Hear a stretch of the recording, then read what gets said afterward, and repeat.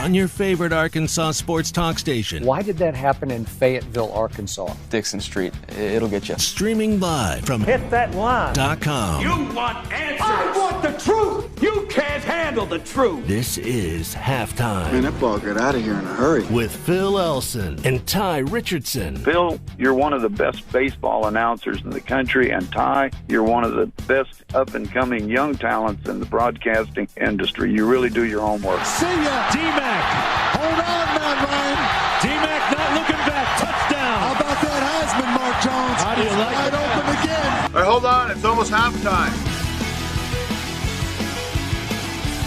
The weekend is over and the week will begin, and a week that will have Arkansas football.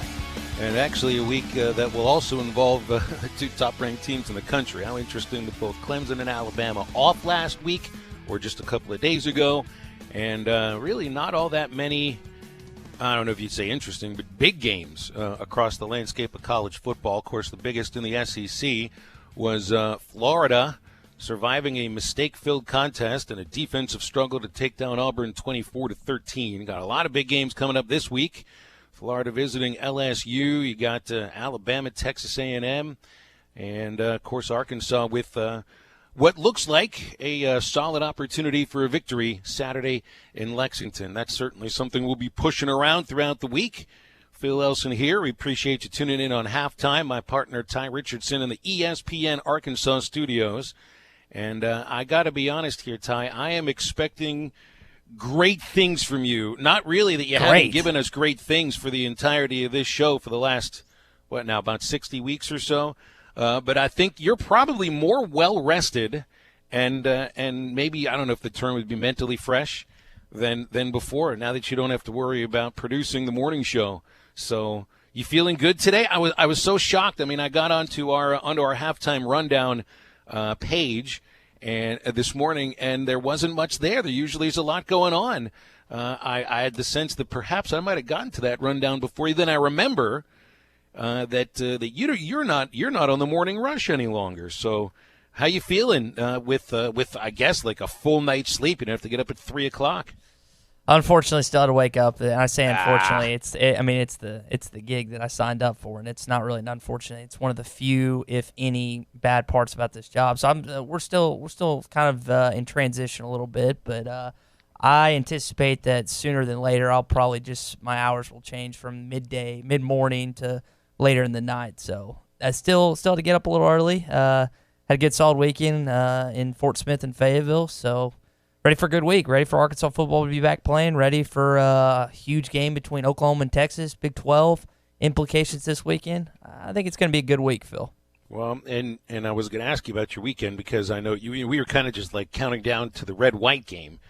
Team Nolan, Team Eddie, Barnhill Arena, nostalgia, step back in time, and a chance for the basketball program, which has generated more than its share of on-campus excitement and even statewide excitement without even playing a game under new coach Eric Musselman. Mm-hmm. Basketball was in the forefront last week, still with a month before the first game. And we did start a countdown for the first game of basketball season, but the first time that Eric Musselman coaches an Arkansas team during a game that had referees and actually kept score was on Saturday at the red-white game. Although if you were to try to print out the box score from the Arkansas Razorback website, it'd be a little bit difficult to follow along because it seemed everybody played for both teams. And so the stats on that box score also showed that everybody played for both teams. So it was kind of difficult to look at it initially and total everything together. So we can certainly put an on-air thank you out there to Andrew Hutchinson, who is can we just give him – I know everybody calls Hutch, but can we just call him the Grind? Because and it's not to put anybody else in the media that covers Arkansas down, Hutch is a grinder, man. I mean, he put together this box score of his own that pretty much showed you what everybody did at one glance. So, and you were in attendance. You were in attendance for the red-white game, Ty. I know you were pretty fired up about it. Did you have on any Any old school Razorback gear to kind of mirror the feeling inside the building? So I have a 1994 Charlotte Final Four hat that I got on eBay or some website a couple years back. So I was wearing that, just one of the retro Razorback-looking things. But there was a lot of retro attire being sported on Saturday. It was pretty cool. And then there's some that you could tell was the newer that Arkansas just put out the apparel that they're having the go back, trying people to buy the old apparel stuff that looks newer, and then there's the actual apparel that was bought back in 1994, 1980 something when Barnhill was being paraded. So it was kind of cool. I mean, I thoroughly enjoyed seeing a lot of because you know how I am. I'm very partial to retro sports gear, and so that was cool for me. And I think they did a fantastic job throughout that game, leading up to it. About 4,500 was the attendance, I believe, and most of them, Phil, stayed through the end of the game. So I thought they did a good job, and it's definitely a unique atmosphere that I hope they will continue on this tradition. So let's see here. Reggie Chaney had a good outing, 19 points. Just 3 rebounds, though, for Chaney. And you're going to really have to count on him, especially if Connor Vanover doesn't get this waiver. And I know you seem to think that the waiver won't come for him from the NCAA. I don't know. The team's preparing as if he's not going to be ready to play. Chaney's got to grab more than 3 rebounds. He should be your best rebounder as a sophomore. And it just didn't look like he rebounded very well. Apparently, that was one thing that Muss wasn't too happy with, was the overall rebounding for Arkansas in the red-white game. Yeah, exactly right. He was not happy at one of the team's performance in the first half, and feel like he could do better. The first half, the team that was significantly better was because they were significantly better rebounding. You're going to hear that theme after every game and before every game is, how we rebound is going to dictate how we end, what the end results are for us. At halftime, if you look at those halftime stats and you see the team that was clearly executing better, they were also rebounding the ball and getting extra possessions as well. And the team that got down by a significant margin did not rebound the basketball at all. I could have gone out there myself and rebounded as well as that group. I mean, at 5'8", right? Yeah. You'd be the best rebounder?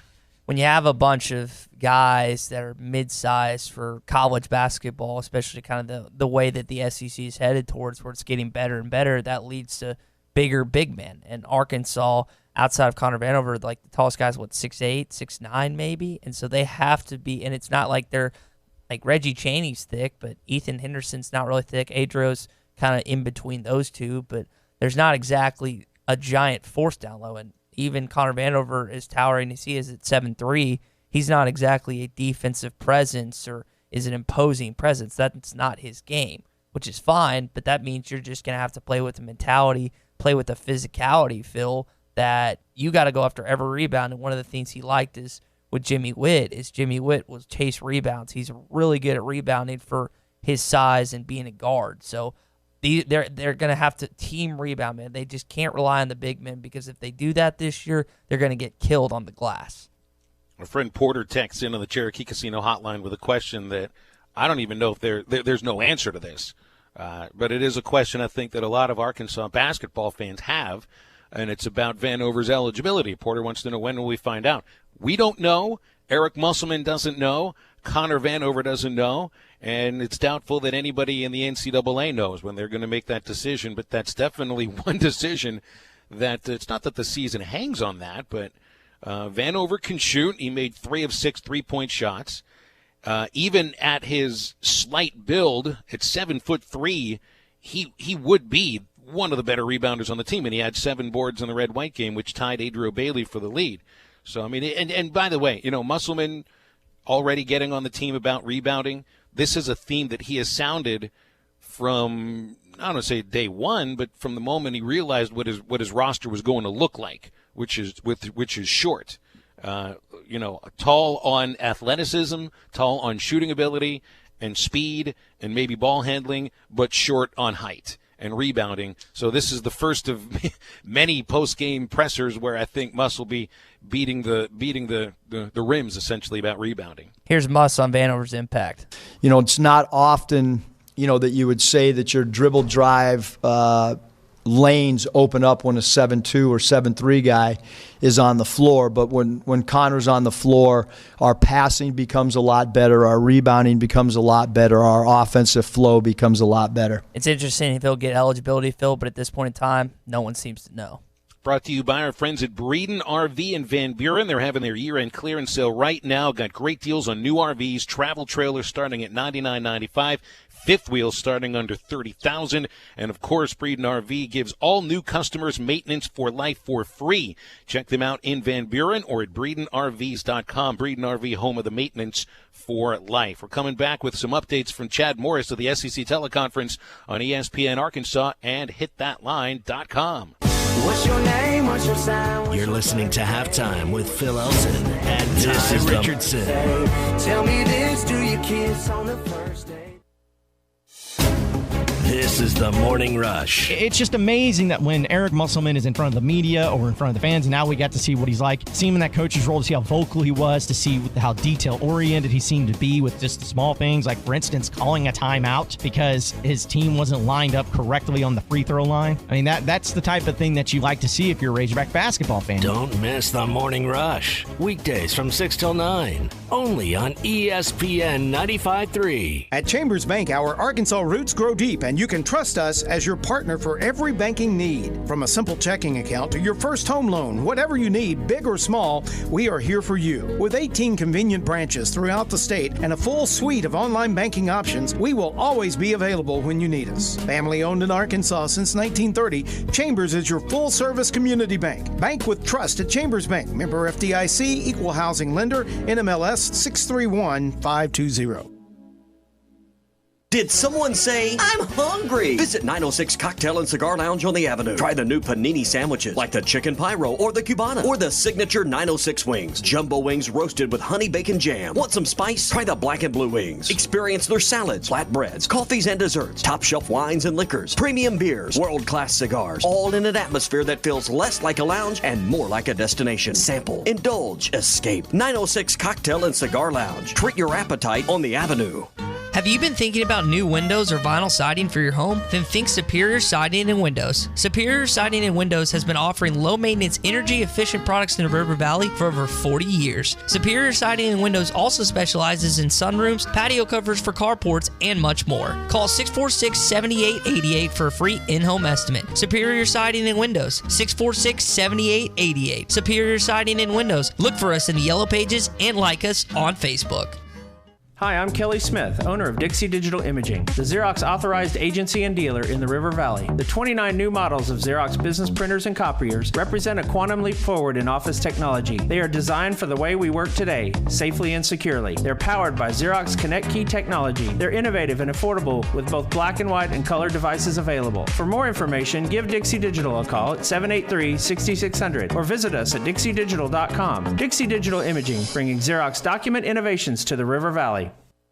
Make Awake Boat Sales and Service is not only where you can get your next Yamaha or Skeeter boat, they also carry a huge selection of bait and tackle. Find whatever floats your boat at Make Awake Bait and Tackle. They carry tons of top brand lines of rods and reels and everything you need to gear up your tackle box, from Strike King, Kitech, and Zoom to Sunline and War Eagle products. Make finding your next Yamaha or Skeeter boat an easy catch with Make Awake Boat Sales and Service in Van Buren, 4806 Alma Highway in Van Buren, and MakeAwakeBoats.com.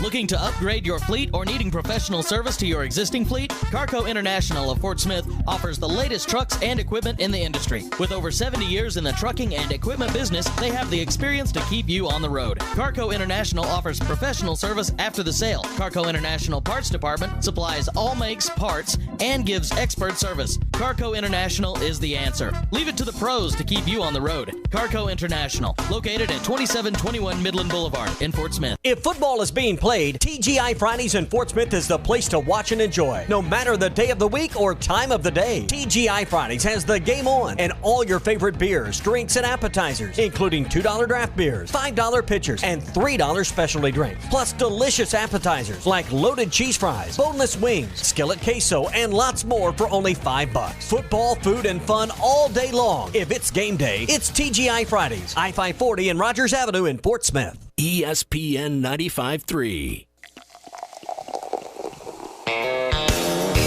Halftime is brought to you by Coors Light, made to chill.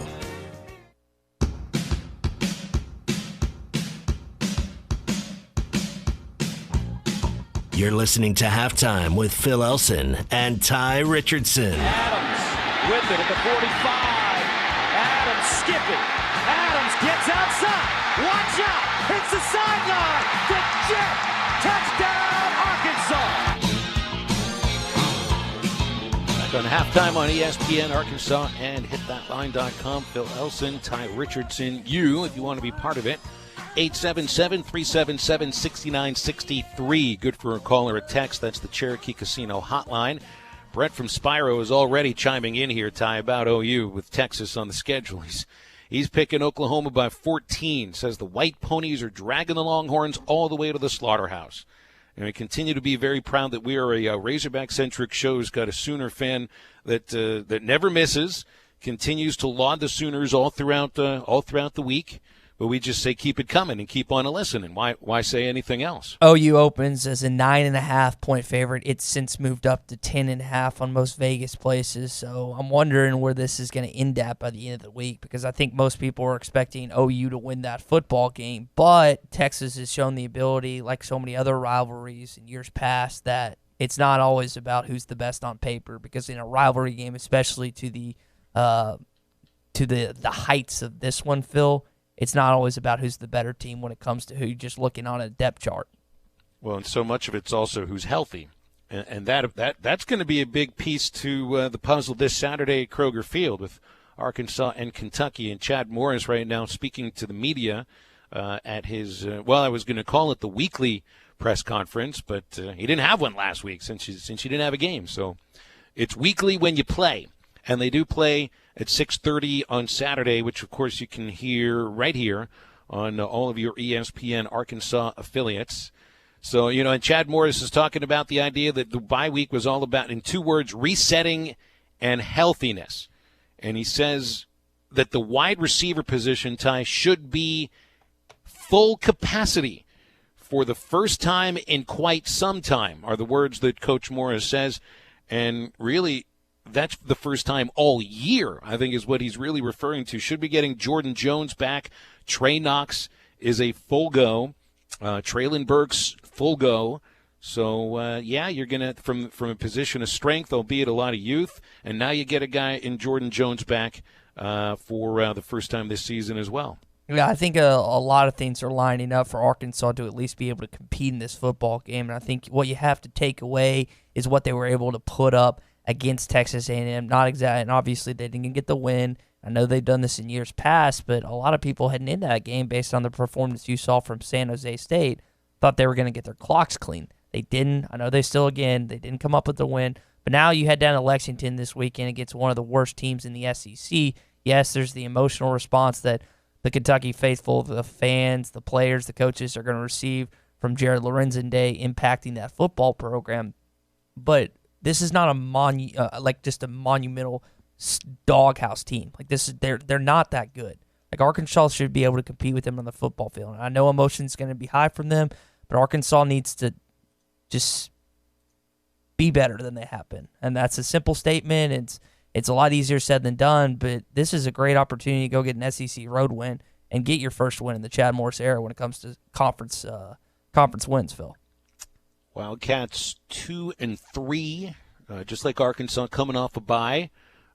The Wildcats also have lost 3 straight. They've all been in conference games, and did have a close one against Florida, dropping 29-21. That's the game where Felipe Franks was knocked out for the Gators. Kyle Trask brought the Gators back to a come-from-behind wins. I mean, just the fact that Florida remains unbeaten at 6-0, and still, I think they rose to 6th in the polls. That can say something about Kentucky when they're playing on their home field. They've been on the road the last 2 games, losing to Mississippi State 28-13, and South Carolina took down Kentucky 24-7. So Chad Morris also says, Ty, this is one area where how do you defend a guy in Lynn Bowden Jr. who literally can be everywhere offensively? And he says, we know he's going to be all over the place. So, and Kentucky's not sure who will play at quarterback.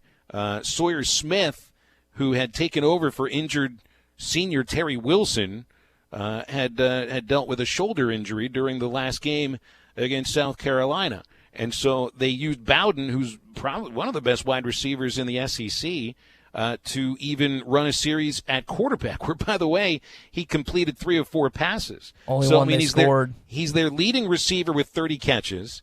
He's rushed 13 times for an average of 7.5 yards. He's their kick returner. He's their punt returner.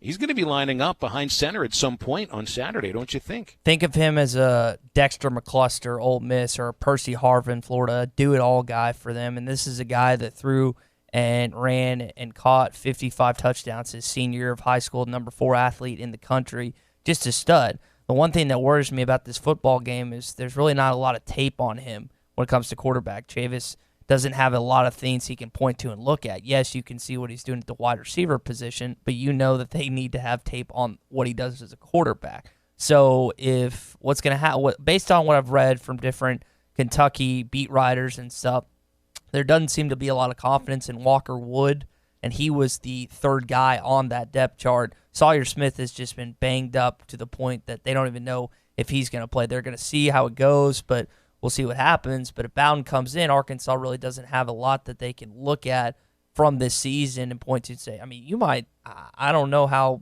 unique this would be, Phil, but would you look at some of his high school tape based on the fact that he really doesn't have a lot of film playing quarterback for the Cats this year? Yeah, I'm not sure if that really means very much, but so that potentially, Ty, I don't know if you'd say removes, but it at least lessens one of the real weaknesses for Arkansas defensively, and that's pass coverage, in which Arkansas, and this was going into last week, it doesn't count this last weekend's games, ranked 11th in the SEC and 93rd in the nation in passing yards allowed at 252. You know, it made a guy like Josh Love look like Brett Favre. So, and who knows? I mean, I would expect that. Maybe you're expecting that Kentucky's going to line it up and run as often as they possibly can. They do have the guy who I think has the best name in the SEC and some real breakaway speed in Kavasier Smoke. So, I mean, you might focus on the run, but I mean, Kentucky's got a couple of the backs, including one that can reach the edge and exploit missed tackles, which is, you know, another area of concern for Arkansas defensively.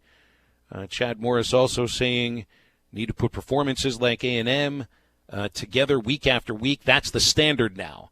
And says need to cut out the mistakes. So the standard would be the way you played, I guess, mostly against Texas A&M. So, but while that's the standard, that there's no way that you can honestly expect that Arkansas comes out and plays well for 4 quarters for the rest of the season. I'm like, you know, it's a team that week by week you never know what you're going to get. Sometimes it's based upon the opponent, and that's really what it seemed. You know, a team that didn't appear very interested against Portland State, was resting on whatever laurels they thought they had against San Jose State. You don't have any more of those teams on the schedule. So if the standard is the way you get played against Texas A&M, can you really honestly, Ty, expect to see 4 great quarters played against Kentucky? I just think that at this point in time in Chad Morris's tenure, they should be up for every football game. Lack of focus and intensity should never be the reason that Arkansas loses, because you know what, if they were in Ohio State, if they were in Alabama or even in LSU, a team that's been dominant in the last couple of weeks, the last couple of years, and played some really good football, and you didn't show up for a team like a San Jose State or something, that would be one thing, because the expectations are that you're just going to blow them out by 40. But for Arkansas, who has done nothing beneficial really in the Chad Morris era to this point, for them not to be ready, for them not to be focused against San Jose State, it's unacceptable. That's a phrase that he's coined and used several different times in his tenure. That can't happen. Again, it's one thing if you're really, really good and you just don't show up for a game because you're going to beat them by 30 regardless of your mentality. But for Arkansas, they can't take it. Hunter Yurchek stressed that. Chad Morris has stressed that. You can't take any team on your schedule lightly. And Phil, the rest of the way, like you mentioned, there's no team outside of Western Kentucky that you even can. And even Western, after we saw from San Jose State, that's not a guaranteed win. Look, and South Carolina is no defensive juggernaut either. And Kentucky, minus, you know, a healthy, real quarterback, wasn't able to generate very much. So, I mean, potentially you're facing a team that, is like a three-legged dog. They can run a little bit, but it's going to be slower than everybody else. Totaled 9 first downs, totaled 212 yards, and 97 passing yards against the South Carolina defense. So while Kentucky opens up as a 7-point favorite, Ty, here it is on Monday, and I'm already beginning to think about you take Arkansas with those points. I think the Razorbacks have a good shot here against Kentucky because the Wildcats are not nearly as good as they were defensively last year. They're not nearly as good as they were offensively 4 weeks ago or even 3 weeks ago. Totaled 20 points the last 2 weeks on the road, and that's after they scored 21 against Florida. Maybe it's a team that plays well at home. I don't know. But the last 2 games, they've just not been very good. This is the most winnable game left on the schedule for Arkansas in the SEC because after the Wildcats, you get an angry Auburn team coming off a bye week, then the Alabama Crimson Tide. Maybe Mississippi State is open for an upset, but I don't know. This one against Kentucky is right there at the top of the list. Halftime brought to you by our friends of the Fence Man. If you own a business that needs more security or just needs more curb appeal, a new fence from the Fence Man can give you both. The Fence Man specializes in custom installations. Been doing it for over 40 years. Ask about gates. Ask about controlled access card readers. The Fence Man is there for a quick, no-obligations quote. The number at the Fence Man, 479-782-3936, and ask for Henry. That's the Fence Man, a division of Quantum Property Services. Today's a banner day for baseball fans. You got 4 games, one of them lining up in about 30 minutes. We'll talk about the baseball playoffs next on ESPN Arkansas and hitthatline.com. The best midday show in the Natty State. You're listening to Halftime. Great camping weather is just around the corner, so at Breeden RV in Van Buren, we're having our year-end clearance sale right now. Get great deals on new RVs like travel trailers that start at $99.95 and fifth wheels starting under $30,000. Breeden RV is the only dealer that gives our new customers maintenance for life for free. We also have a great selection of pre-camp trailers and RVs to choose from. Now is the time to camp, and now is the time to let Breeden RV in Van Buren show you just how easy it can be. Breeden RV, your home for maintenance for life. Oh, that's an RV. Joe's Grilling Cantina is the only place to watch the Hogs. Watch every game at Joe's. Enjoy half-price apps and taps during the game. And with TVs all around the restaurant, you'll have a front row seat. Half-price appetizers like brisket nachos, Mexican pizza, 10-layer dip, or Joe's humongous sampler platter. All half price. And all beers on tap are half price. Watch every Hog game at Joe's. Half-price apps and taps during every Hog game at Joe's Grilling Cantina. 3400 South 74th Street across from Harps. I'm Lisa Hinton, owner of Champ Hinton Enterprises. For nearly 50 years, the Champ Hinton name has stood for one thing: selling quality cars in a different way. Taking the mumbo-jumbo out of the process and making customers happy. All these years and tens of thousands of cars later, we're still here, doing business the way Champ Hinton taught us, selling to generations of families who've become part of our family. Champ Hinton Enterprises, the area's premier used car dealer. Take the Arcoma exit off I-540 or go online at champhinton.com. Arrow Bolt & Screw is Fort Smith's distributor of bolts, screws, fasteners, anchors, and much, much more. They have a wide variety of stainless steel inventory and metric fasteners. This family-owned and operated business takes great pride in providing their valued clients with high-quality products at low, affordable prices. Arrow Bolt & Screw can be found at 5424 Wheeler Avenue in Fort Smith. That's Arrow Bolt & Screw. Call 646-0540. That's 646-0540. Arrow Bolt & Screw. Littleton's Paintless Dent Repair is your one-stop shop for all repairs. Paintless Dent Repair, door dings, unsightly dents, and hail damage repair, all repaired to like new conditions. With over 1 million repaired vehicles with satisfied customers, Michael Littleton is the expert in paintless repair. Littleton's Paintless Dent Repair, conveniently located 3 miles from the Arcoma exit off Highway 112. Or call 479-461-9764. Your #1 Arkansas fan. Metters Lumber True Value has the lowest prices on the items you use every day. Today, 4 packs of GE LED light bulbs are just $9.99 each. Choose from 5-watt or 8-watt soft white or daylight dimmable bulbs. They are all rated for 15,000 hours of life. Head over to the electrical department for these bargains of the month now, while supplies last. Metters Lumber True Value with locations in Alma, Ozark, and Clarksville. Light bulbs burn out, so it's dark. ESPN 95.3. Touchdown!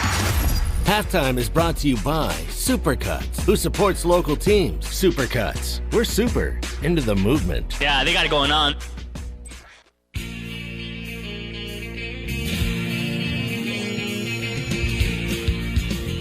You're listening to Halftime with Phil Elson and Ty Richardson. Lou Holtz, Mark May, number 5. You better look at him a little closer. He's a football player. Got that wood right here. We'll continue updating Chad Morris's press conference in Fayetteville in just a little bit. Right now, you got Major League Baseball playoffs underway. I was 30 minutes early, or late, I guess, because the Astros-Rays game has already gotten through the first inning. And Mr. Personality, Zach Greinke, has just finished a scoreless bottom half inning. Jose Altuve gives the Astros the lead with a home run, 1-0 Houston at the end of an inning. And speaking of Greinke, by the way, I've got a little sound of him later on for 3 Up, 3 Down. Little preview. If there's anybody in sports that is probably wins the Bill Belichick sound-alike competition, it's Zach Greinke. You know, lack of personality, lack of desire to answer a question, and honestly, you know, if you sit in front of the cameras and you do what you're asked to do, and sometimes your answers are four words, I guess you've done what you've been asked to do. Now, has he always been that way, Phil? Because I hadn't heard an interview from him until you asked me to pull that clip for us today, and I listened to it, obviously, and I watched it. And he just looked uncomfortable. Has that always been the case with him? I think unless he's on a pitcher's mound or maybe at home, he's always uncomfortable. Okay. He's got a real anxiety, social anxiety, diagnosed and something he's had to work on. So I don't think this is anything different. It's just that we counted 67 words that he said at the press conference. And it was 2 minutes long, and that was probably a third of the words that were mentioned by writers. So yeah, and he's going up against Charlie Morton, really good pitching matchup again, 1-0 Houston. By the way, there is a chance that all of the division series end today because Houston's up 2-0 on Tampa, the Braves up 2-1 on St. Louis, Dodgers 2-1 on the Nationals, and the Yankees are going for the sweep in the late game at 7:40. So potentially, and they're supposed to have a lot of baseball the month of October, Ty, but if all the teams that can clinch do clinch today, you won't have a baseball game until the LCS begins on Friday. That's a little weird to me. I feel like that baseball is one of those things where, similar to the NBA playoffs, there's always a game on at one point, but I guess it'd be unique. You got, 4 days rest for every single one of the teams if that were to occur today? Yeah, be able to set your pitching matchups, your rotations, get maybe a couple of the guys healthy, get some relievers that are taxed, a little more work, and so maybe I should just be rooting for the teams that are trailing today, which would go totally against my usual thoughts when it comes to the St. Louis Cardinals. I will say, and I'm open about this, being a Pittsburgh native, who's maybe shopping around for a new major league team to root for, because I just would like to have more interest in the major league regular season, and the Pirates don't really give that to you. I enjoyed watching St. Louis choke on that lead in the 9th inning yesterday. I know our friend Tommy Kraft was there. I saw some photos that he posted on the Facebook about that. So I know he's a Cardinal fan, and I know I've got a lot of friends around the area here that are Cardinal fans. I know we live in Cardinal country. But I do revel in those little moments that St. Louis does blow a lead, and so watching that bullpen melt down last night after getting a great performance from Adam Wainwright, and Carlos Martinez just cannot get it done. Can't get it done. Gives up the 3 in the 9th. Braves go on to win it, and now have a chance to clinch that series at Busch. It's about 2 o'clock today. By the way, the matchup you get, the pitching matchup in that one, Ty, is Razorbacks versus Mississippi State. It's Dallas Keuchel for the Braves, and Dakota Hudson makes his I think it's his postseason debut as a major leaguer. Dude was nuts. I remember watching him make his final regular season start for Mississippi State against Arkansas 2016, and he was unhittable. And has been, maybe I don't think he's been the best starter for the Cardinals, but he's been up there with a 3.37 ERA, and it's down to 2.75 in home games. So I know who you'll pull for, because you'll always pull for for any Razorback that's involved in it, so you're going Keuchel. Yeah, and again, I told you I'm not the biggest Cardinals fan. I don't know if it's the level to your disdain for what you have for St. Louis, but I think the equivalent for me is the Dallas Cowboys, because all my friends are Dallas Cowboy fans, and it just annoys the crap out of me. And we're watching the game yesterday with a Philadelphia fan, a Packer fan, and a guy that really couldn't care less about the NFL with the exception of fantasy football. And we were cheering every time the Packers did something good because everyone in that room hated the Cowboys, which is not very often when I sit in a room with my buddies and that, but that particular group of friends, it was the case. But watching the Cowboys lose as they did yesterday was great for me, and I'm assuming that you felt the same type of what's the word, acceptance or excitement when the Cardinals did what they did yesterday. And Dansby Swanson, former Vandy boy, was one that made a pretty big play, right? That's right. I mean, he hit the double to the knee, almost homered to the bottom of the left field fence after Martinez was ordered to intentionally walk Brian McCann by Mike Schilt. And that, I mean, I was watching that, and McCann represents the go-ahead run in a 1-0 ball game, and they put him on base intentionally because Schilt wanted Martinez, a righty, to face a right-handed batter, and it just so happened that Dansby Swanson, in his short major league career, never collected a base hit off of Martinez. So putting the go-ahead run on base with an intentional walk is usually a no-no. I understand why Schilt made the decision, but it's one that blew up in his face. And, hey, Carlos Martinez just does not look right. His slider, for the most part, was up. It was flat, and it got crushed. That pitch that Swanson hit for the go-ahead double was a cutter that was right there down the middle of the plate. And one of the worst pitches he's thrown this year. By the way, the Braves have scored 11 runs in the series. 10 of those runs have come after the 5th inning, 6 of them in the 9th inning off of Carlos Martinez.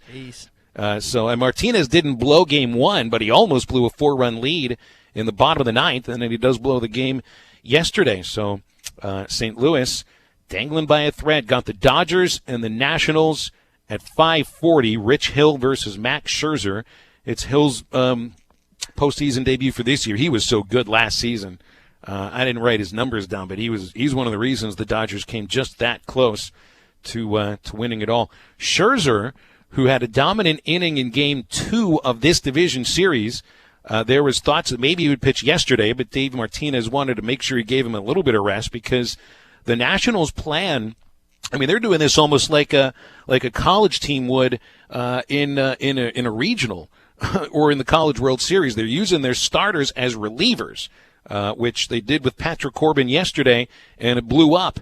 Was it the 5th inning that he couldn't get that final out, and that's an effect of being a starter just a couple of days before. So Scherzer only threw the 1 inning. He should be fine. I would expect a pretty well-pitched game at Nationals Park. And then the Yankees just continue to dominate the Twins.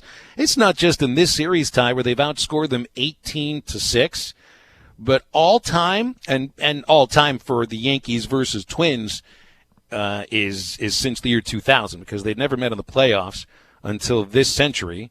The Yankees are 15-2 against the Minnesota Twins all time in the American League playoffs. And if you're the Twins, I mean, you've had this incredible season with a first-year manager, Rocco Baldelli, a whole new approach to coaching and analyzing and why you're making the decisions you're making in the roster that you've built. You've won over 100 games, which I don't think the Twins had done, but maybe once before. And now it's just like always. The Yankees are standing in their way, and they're beating the tar out of them. It's what the Yankees, Ty, used to do to the Texas Rangers. Any Rangers fans that are listening remember what it was like in the 90s. I think it was 3 straight years that the Rangers won the American League West, and each of those years they lost to the Yankees in the playoffs. Now, was that, you said early 2000s, right?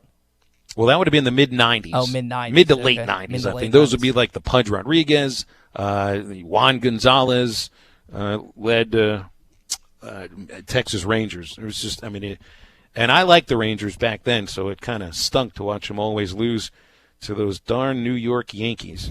It's a different. Here's a weird thing that I just saw yesterday or a couple of days ago on a baseball telecast, and maybe I thought maybe I would have known this, but the Yankees, Ty, have been in at least one World Series every decade since 1920, except this decade, and they've still been good. I mean, they've been a playoff team, I think, more often than not, but they haven't advanced to the World Series since 2008. Or is it 2009? I forget the year. But it hasn't been this decade, and that's the only decade since 1910s that the Yankees haven't been to a world championship. I'm wondering, just thinking off the top of my head, if the Lakers or Celtics have the same since the NBA started, if that's close. But I'd have to think about that. That's a good question. That's worth a little bit of research, to be honest. Did the Lakers make it in the 90s? Did they get in there once? I'm thinking maybe they lost to the Pistons. Anyway, we'll come back. We'll update Chad Morris's press conference, talk a little more on ESPN Arkansas and hitthatline.com. Good coaches win. Great coaches cover. This is Halftime. Looking for a new home course this golf season? Eagle Crest Golf Course has memberships as low as $83 a month for Zoysia fairways and bent grass greens. Is your whole golf group ready to join Eagle Crest? 4 new members can join for just $1,150 each for the entire year. Individual annual memberships are just $1,250 a year. Call Eagle Crest Golf Course right now for all the details. 632-8857. That's 632-8857. Eagle Crest Golf Course, Highway 64, just east of Alma. Do you hear that Coors Light being poured? It's the perfect temperature. How can I tell just based on the sound? I can't. But I can see that the mountain on the can is blue. And when the mountain is blue, your Coors Light is perfectly cold. Coors Light is cold lagered for a crisper taste, cold filtered for brightness and clarity, and cold packaged for peak refreshment. Doesn't that sound good? 2019 Coors Brewing Company, Golden, Colorado. Celebrate responsibly.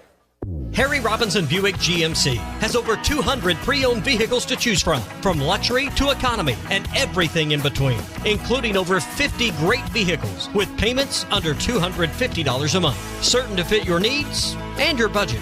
And at Harry Robinson Buick GMC, you always get more for your trade. 50 vehicles with payments under $250 a month at Harry Robinson Buick GMC. Exit 11 off I-540 in Fort Smith. Hi, I'm Hector here from La Huertas. We like everything hot. La Huertas, we're fresh, authentic Mexican food served every day. La Huertas has 4 locations in the Fort Smith area with daily happy hours and a margarita night. Check it out. We're open 7 days a week with draft beer specials. Monday and Thursday night football. We are Fort Smith Authentic Mexican Restaurant. Yes, sir, we are. Fresh homemade flour tortillas. La Huertas. At Rogers and Garrison location. Eat until you hurt. In Fort Smith, La Huertas. Full-time farmers, hobby farmers, and landowners, your time is important.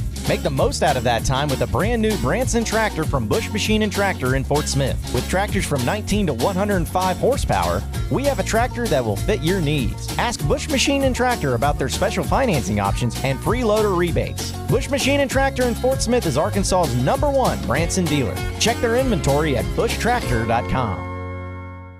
Right now, you can save up to $5,000 off on select in-ground pools at Burton Pools and Spas. Hi, Tommy Kraft here. Now is the perfect time to start planning your own backyard oasis for next summer so you can relax and enjoy the lazy days poolside next year with family and friends. It's the perfect way to unwind after work or do a staycation. And don't make that long trip this next summer. Vacation in your own backyard. Burton Pools and Spas also has luxury spas, grills, and patio furniture that will complete your outdoor living space. So don't wait. Right now is the time. Save up to $5,000 on select in-ground pools, including saltwater models. It's all at Burton Pools and Spas. This special deal is first come, first served. Stop in their store in Fort Smith and in Springdale for all the details. Fall is the perfect time to start working on your in-ground pool with Burton Pools and Spas in Fort Smith and in Springdale and online at burtonpools.com. Burton Pools and Spas, your source for backyard fun. It's football season and the right play is at Hertz Car Sales, 2810 Midland Boulevard. Their business is quality used cars at a great price, with their #1 goal of passing the savings on to you. The latest makes and models, low mileage vehicles with an overall experience experience that can't be matched. Make the short drive to 2810 Midland Boulevard today and find that there's no better way to buy your next vehicle. Call them today at 783-1722 or check them out online at buyfromhertz.com. Hertz Car Sales. What are you waiting for? ESPN 95.3. Halftime is brought to you by Coors Light, made to chill.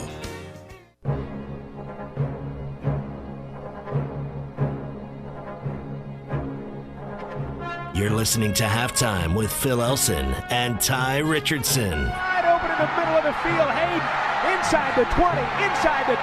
Hayden's going to the house. The Hogs ran it right up the middle. Nobody was there. 38 yards. And the Hogs are a PAT away from tying this one up. Chad Morris finished with his press conference with the Arkansas media. Joe Craddock is on the stand as of right now, updating the Chad Morris portion of the press conference. He anticipates Ty Clary and Colton Jackson being back at practice tomorrow. I know that Jackson seems to miss practice at least once or twice every week. Clary was out most of last week, but should be back after getting a chance to rest during the bye. Talking about redshirt freshman or freshman that he might redshirt. Zach Zemos is traveling, but they're hoping to redshirt him.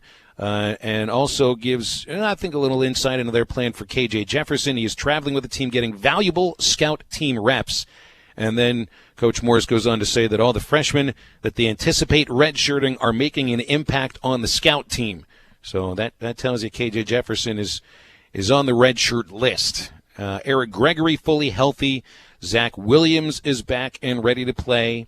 Mateo Soli could get the cast off this week. Big. Anticipates Jalen Catalon getting into play. It's a guy that I know we all thought that maybe you'd see Catalon even by the first week, but he hasn't been in there at all. So talking about Jordan Jones, a little sore after practice the other day, but is back healthy. What is it? It was an ankle injury for Jones that he suffered that week that Deion Stewart went down. Mm-hmm. Yeah.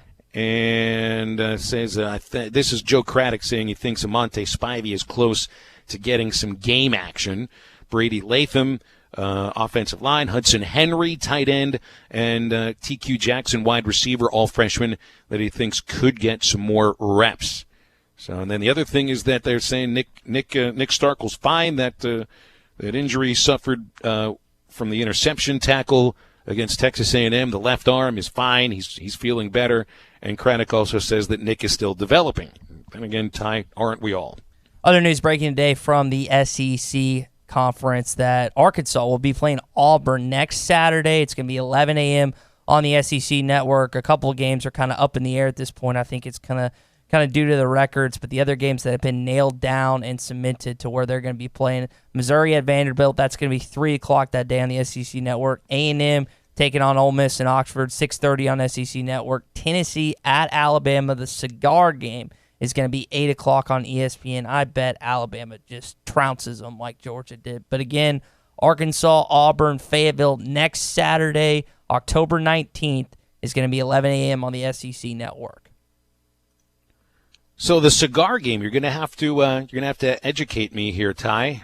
How did Tennessee and Alabama become the cigar game? So Paul Bear Bryant back in the day, and I don't know if he was the one that started it and if it just came on, but after wins, they'd light up cigars in the locker room. And this is back when Tennessee had a football program worth discussing on sports radio in Arkansas, but after what we saw on Saturday night, which they came out in the first half, played pretty well against Georgia, but it's just a shell of himself. And I know that Philip Fulmer's come out and said that he makes no plans of having to take over Jeremy Pruitt's job and coach again, but the more they keep losing and just keep getting plastered and tethered every week, it seems like that's more of a plausible idea that could actually come about. So who knows? But yeah, the cigar game, it used to have a lot of significance, but because Tennessee has been so bad against Alabama as of late, it's no one cared. Like Arkansas, Tennessee has lost to Alabama every year since Nick Saban entered the league, entered the league again when he came back to Alabama. 43-14 Georgia over Tennessee. Closest game of the week in the SEC was Florida 24-13 over Auburn. And that was one where I've already heard a new nickname put out there for Auburn freshman quarterback Bo Nix. Ty, they're calling him Bo Picks for the 3 interceptions. He had a rough day, and Florida made him look like a freshman. I guess that's one of the only times this year that Nix has looked like a freshman. And what else did we have here? Ole Miss 31-6 over Vanderbilt. Vandy, it looks like they could be a winless team in the SEC this year. Their next conference game against Missouri. You wonder about Missouri now. Cale Garrett, that linebacker who's been a do-everything player for them this year, is out indefinitely with an injury. And, oh, by the way, Kelly Bryant had to sit for a while with an injury. They think he'll be all right. If you were to pick one team in the SEC right now, Ty, that goes winless, Vanderbilt's your team, and potentially Arkansas. But again, I'm thinking there might be some good things for the Razorbacks this weekend against Kentucky. If you fall by 4 against Texas A&M, and it's a road game pretty much there in Arlington, why not going on the road to Kentucky to get a victory? Well, to play devil's advocate, Arkansas has played the Aggies close in what seems like every game since 2013, but.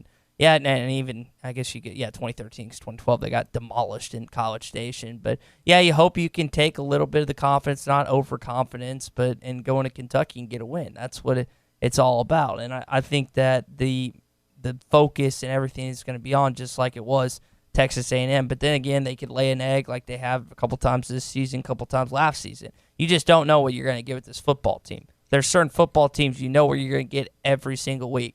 Some play really high up to their tougher competition. They play down to their lower competition. Arkansas, you just don't know. They'll sometimes play great against a higher competition or get clobbered.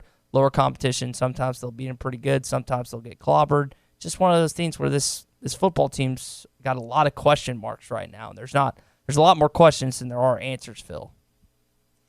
AP poll showing Bama, Clemson 1-2, Georgia and Ohio State in a tie for 3rd. Though the Buckeyes getting 10 first-place votes, Georgia getting 3. LSU makes it 3 SEC teams in the top 5. Add Florida, and you have 4 teams in the top 7. Florida's ranked 7th ahead of Wisconsin. Auburn still ranked pretty high, but they dropped pretty far, 5 slots to 12th. Other SEC teams ranked. You got Texas A&M ranked 24th. So you do have a ranked versus ranked. Later on this weekend with Alabama and Texas A&M. If I'm A&M, and I know you're coming off a bye week, so you got a lot of time to prepare, but hey, who else is off a bye week? Alabama. They don't lose when they come off a bye week. And the way A&M played at times against Arkansas, they're going to have to play a lot better to overcome Alabama this Saturday. Our line open, 877-377-6963. That's the Cherokee Casino hotline. And we just learned Arkansas and Auburn, 11 in the morning next Saturday. So it seems, as of now, you've played a lot. I know, earlier in the season you had some 3 o'clock games. But you had the morning against A&M, the night against Kentucky, the morning against Auburn. And because Arkansas is visiting Tuscaloosa for the Alabama Crimson Tide game, I don't know if I see that being the CBS game. That's the same week that LSU hosts Auburn. And I would think CBS would rather get that one. Yeah. LSU, man, if they can beat Florida this weekend and then beat Auburn as well, that is, I think, probably the team that deserves to be number 1 in the rankings. Now, you can make the case for Ohio State as well, Phil, based on the performance that they put on against Michigan State, especially in the second half of that football game on Saturday night. My goodness, that defense, Chase Young, they have some studs like they've had in years past. That is going to be a tough football team to beat. They get Wisconsin at home in 2 weeks. They get Penn State at home in a couple weeks after that, and then they close down their season at Michigan. You're going to learn a lot about Ohio State these next couple weeks. But, man, that looks like a really good football team. And if LSU, if they can mount some success, if they can beat Florida this week at home in Death Valley where College Game Day is, and then find a way to beat Auburn as well, I mean, Bama, and that's just the question mark. Is that the singular game that they can finally get past that can mount them, that can elevate them to a national championship? You just wonder about that. You wonder if Joe Burrow is finally the quarterback for the LSU Tigers that can get them over the hump. it sure seems like people are leaning more and more that direction, Phil, based on the way he's played this year. Burrows in the blowout win over Utah State, 27 completions on 38 attempts, 344 yards, and 5 touchdowns. And this was sort of like a pedestrian game by his standards. He has completed at 71.1%. It was his percentage from this past Saturday. That's the lowest completion percentage of Burrow's season. He's now at 78.4% completion percentage, 22 touchdowns, and he did throw his 3rd interception of the year against the Utah State Aggies. I guess you got to give the Aggies some thumbs up because they held him to his lowest passer rating of the year. But then, I mean, you talk about how Ohio State's got a tough schedule coming up. Look at LSU here. Florida, Mississippi State, and Auburn are the next 3 weeks. Then they get the off week before traveling to Tuscaloosa. So, I mean, Auburn is riding high. Florida's riding high after their win over Auburn. Auburn had been riding high for a while, but now they got to sit and wait for a week before visiting Fayetteville. LSU, I mean, I don't think you've got question marks about them. Maybe their defense because Vanderbilt puts up 38 against them. But Utah State, they shut down with 6. That's one of the reasons why we said October is one of the best months of the year, Ty, because the teams that are pretenders you find out about, the ones who are really contenders that maybe you got some questions about, you find out whether they can contend for the next 3 weeks. It's going to be a really interesting month of October. Plus, you got your favorite part, which is MLB postseason playoffs. I know your Pirates aren't in there, but the games have been, I think, pretty good to this point. So you got a good collection of sports. Plus, basketball season's right around the corner. Tampa Bay just took the lead 3-1, bottom of the 2nd inning. How about that? All right, we'll continue here on Halftime. Stick around. Connor O'Gara from Saturday Down South joining us in the 2nd hour here on ESPN Arkansas and hitthatline.com.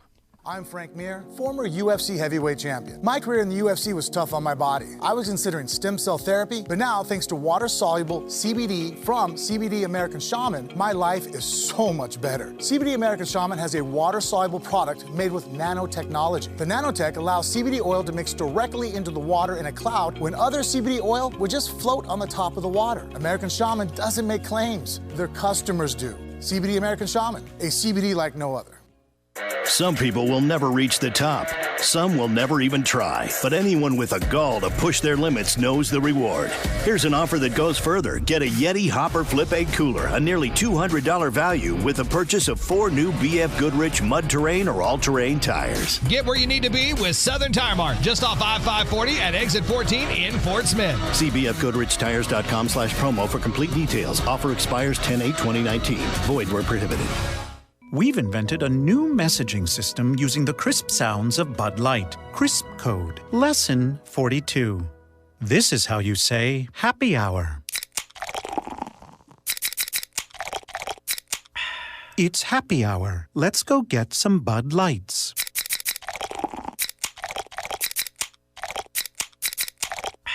That's it for today. Brewed with no corn syrup. Bud Light. Crisp. Enjoy responsibly. Bud Light Beer. Anheuser-Busch, St. Louis, Missouri. Miss Anna's on Towson is quickly becoming one of Fort Smith's favorite haunts. We're now serving breakfast from 6 a.m. to 10:30 a.m. 7 days a week. Blue Plate specials served Monday through Friday. And don't forget about 99-cent Pie Tuesday. So whether you're craving some of our great kickin' chicken or one of our world-famous desserts, Miss Anna's is the place to be.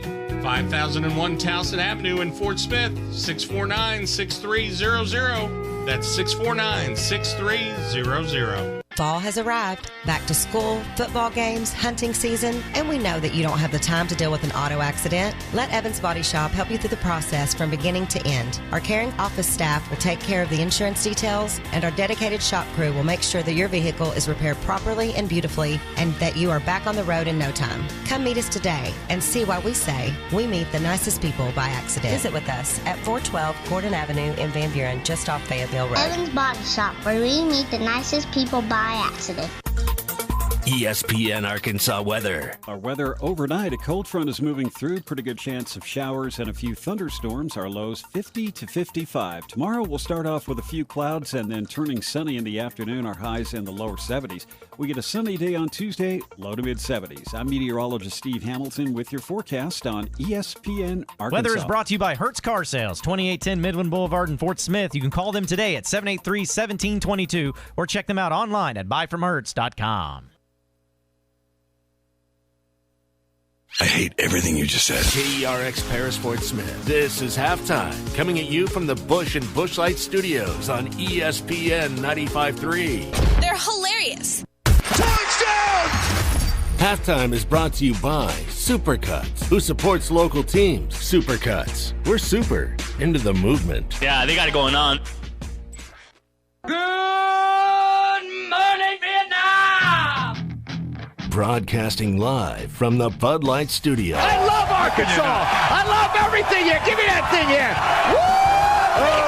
On your favorite Arkansas sports talk station. Why did that happen in Fayetteville, Arkansas? Dixon Street. It'll get you. Streaming live from Hit that line. .com. You want answers. I want the truth. You can't handle the truth. This is Halftime. Man, that ball got out of here in a hurry. With Phil Elson and Ty Richardson. Phil, you're one of the best baseball announcers in the country, and Ty, you're one of the best up-and-coming young talents in the broadcasting industry. You really do your homework. See ya, D-Mac. Hold on, Matt Ryan.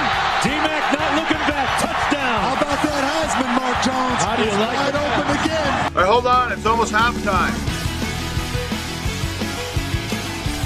Kevin Kiermaier with the home run for the Rays. 3-1 Tampa over Mr. Talkative Zach Greinke as they're going into the bottom of the second inning there at Minute Maid Park in the Orange Juice Series, in which Ty and I have taken opposite ends of the spectrum. He is no pulp, thank you very much. I am bring the pulp on, pretty please.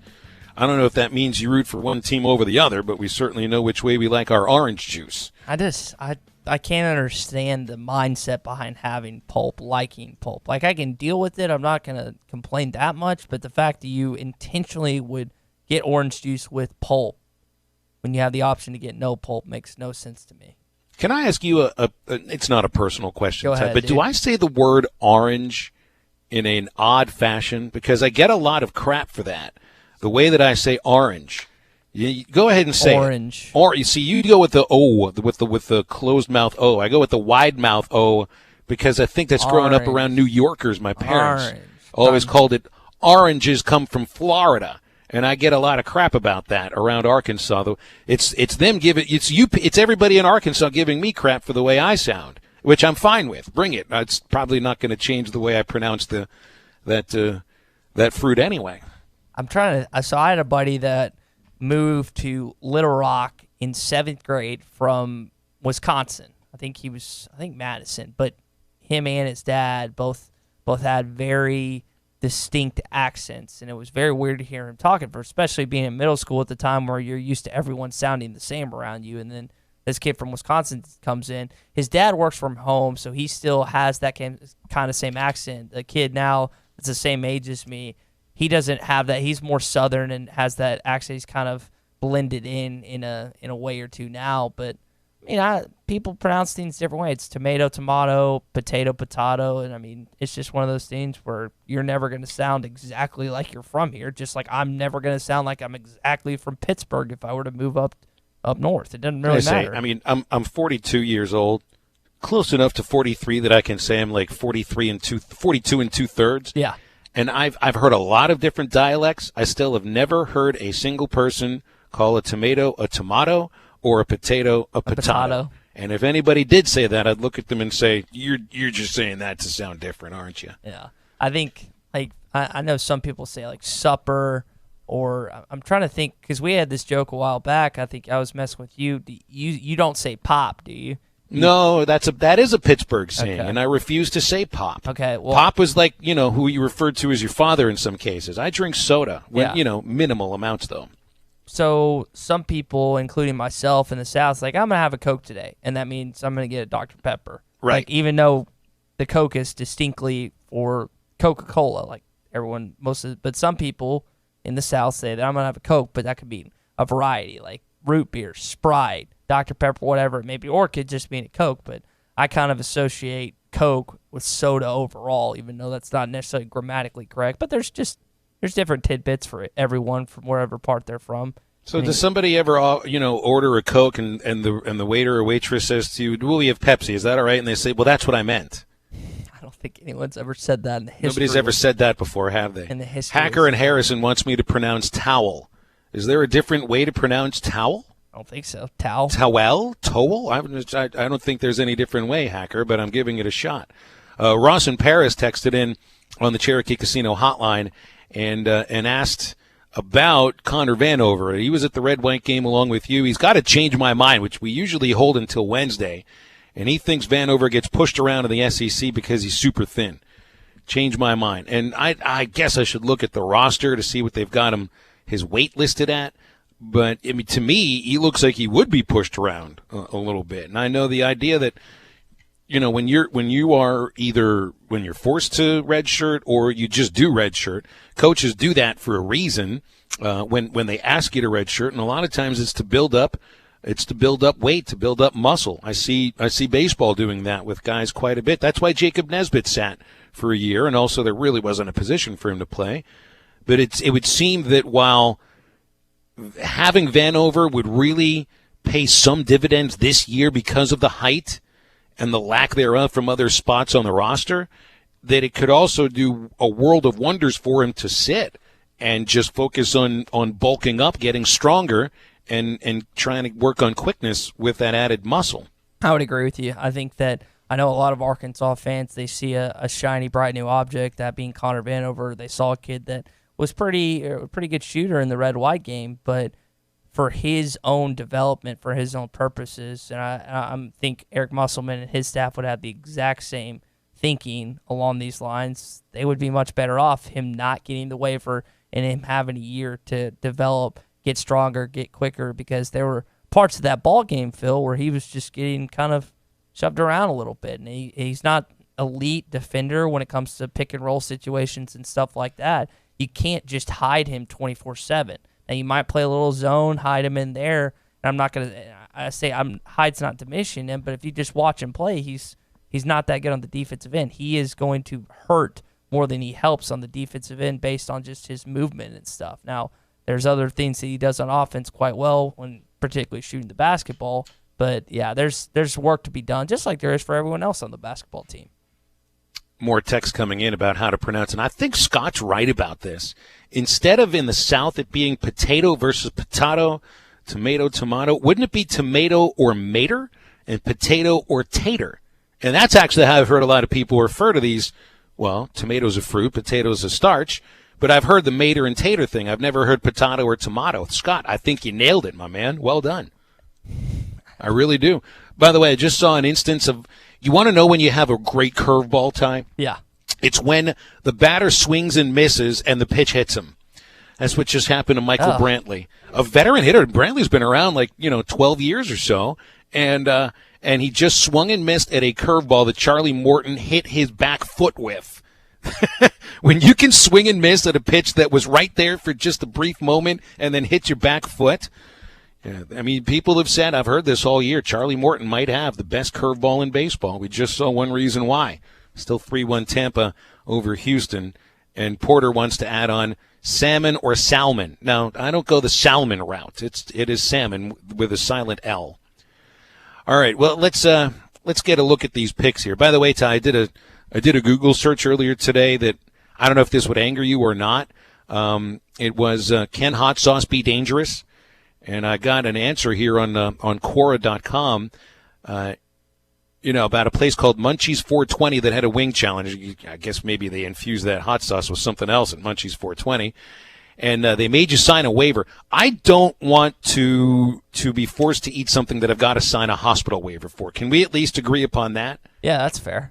So are we backtracking on the bet, or do we need to do something else? I just want to make the hot sauce wing challenge is great. I just don't want to do anything that can send me to the hospital. Is that all right? I don't want you to go to the hospital either. So that's not my intention, especially since this bet would take place during what would be closer towards baseball season, if not during baseball season, or women's basketball season when you have, and obviously this radio show as well, when you have a lot of priorities and you got to be able to talk. I don't want you to be in the hospital with like an enlarged or busted, what would that be, not spleen, but an inflamed larynx. An inflamed larynx. A broken uvula. I have a feeling that that's what I would end up suffering from, the uvula. You know, that punching bag in the back of your throat. Mine would get so large from this Reaper squeezins that we're supposed to douse the hot sauce with for the losers, the chicken wings. That this uvula would literally look like somebody was in the back of my mouth punching it for about 20 minutes. I'm a little nervous about it, Ty, you can tell, because you are now up on me 17-10, and that's up from a 6-point lead before last weekend. I know we don't have enough time to get into our picks, so maybe we'll do that in the next segment.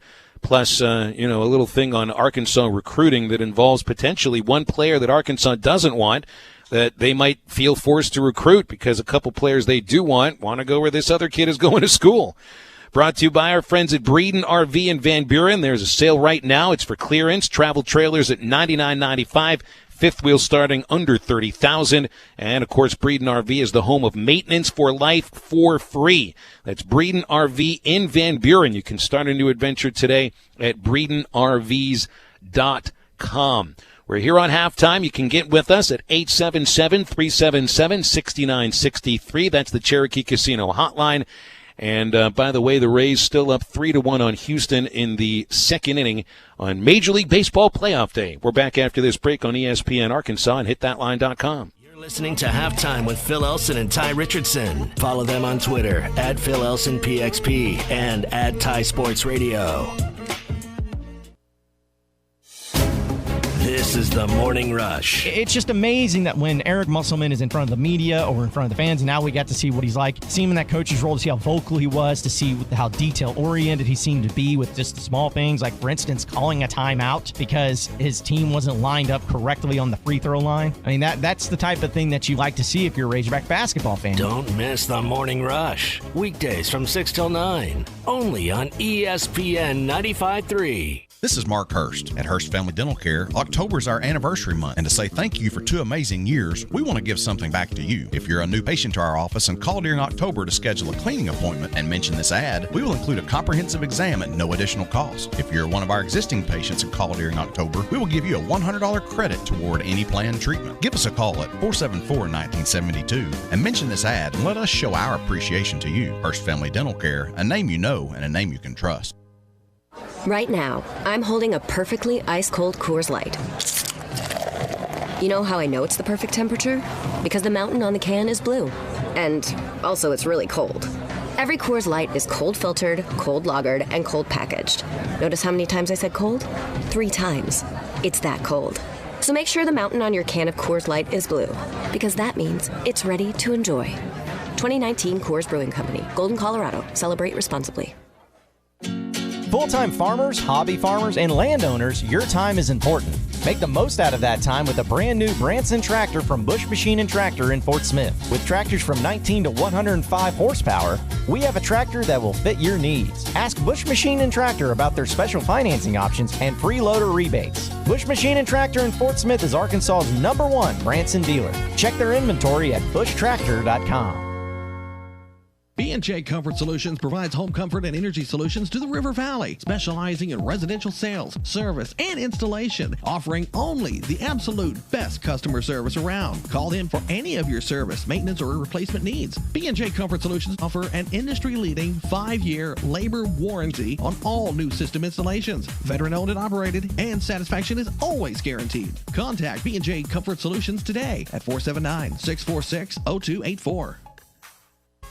Is your home at least 10 years old and served by OG&E? OG&E is offering Arkansas customers a free weatherization program to increase your comfort and lower your bills. A trained crew will perform an energy audit at no cost to you, and if your home qualifies, our crews will install measures that will save you money. The services provided through this program are absolutely free to qualifying homes. If you could benefit from free home weatherization improvements, call OG&E at 1-800-272-9741. That's 1-800-272-9741. 4741. You've worked hard your whole life anticipating the day you could finally retire. If that day is near, there are 5 things you need to do. Spend wisely, understand your retirement plan distribution options, plan for your required minimum distributions, know your Social Security options, and consider phasing. Call Brad Lewis at United Financial Advisors to discuss these steps in detail at 242-7466 or through our website at ufadvisors.net. Securities and advisory services offered through Royal Alliance Associates, member FINRA SIPC. United Financial Advisors is a marketing destination. Fall has arrived. Back to school, football games, hunting season, and we know that you don't have the time to deal with an auto accident. Let Evans Body Shop help you through the process from beginning to end. Our caring office staff will take care of the insurance details, and our dedicated shop crew will make sure that your vehicle is repaired properly and beautifully, and that you are back on the road in no time. Come meet us today and see why we say we meet the nicest people by accident. Visit with us at 412 Gordon Avenue in Van Buren, just off Fayetteville Road. Evans Body Shop, where we meet the nicest people by accident. ESPN 95.3.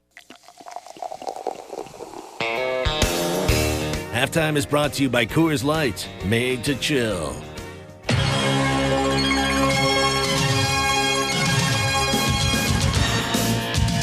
You're listening to Halftime with Phil Elson and Ty Richardson. He lost it, and Arkansas, Tony Bua comes away with it, and Arkansas comes away with the win in 7 overtime. Phil Elson and Ty Richardson on ESPN Arkansas and hitthatline.com. Carl from Lavaca texted in asking about basketball visits during the red-white game. I know that I think there was only one of the recruits that Musselman and his staff were recruiting really hard that were in attendance. That was Jalen Williams. Is that correct? Was he there? Devontae Davis also was Davis there as well. was there. Mm-hmm. So those two, and then they got a kid in 2021 out of Texas. Let me see his name. His name is Damian Collins. He's a 2021 kid. But the two 2020 guys that are in-state guys, Jalen Williams, Fort Smith Northside, and then Devontae Davis, who's a point guard for Jacksonville. Those two guys were in attendance, but you wonder, because the 5 guys, again, that Arkansas has that are quote-unquote in-state, 2 of them are no longer playing in the state, but they are Arkansas guys. KK Robinson from Bryant that plays down at Oak Hill Academy. Moses Moody plays Monteverde Academy, who's from North Little Rock.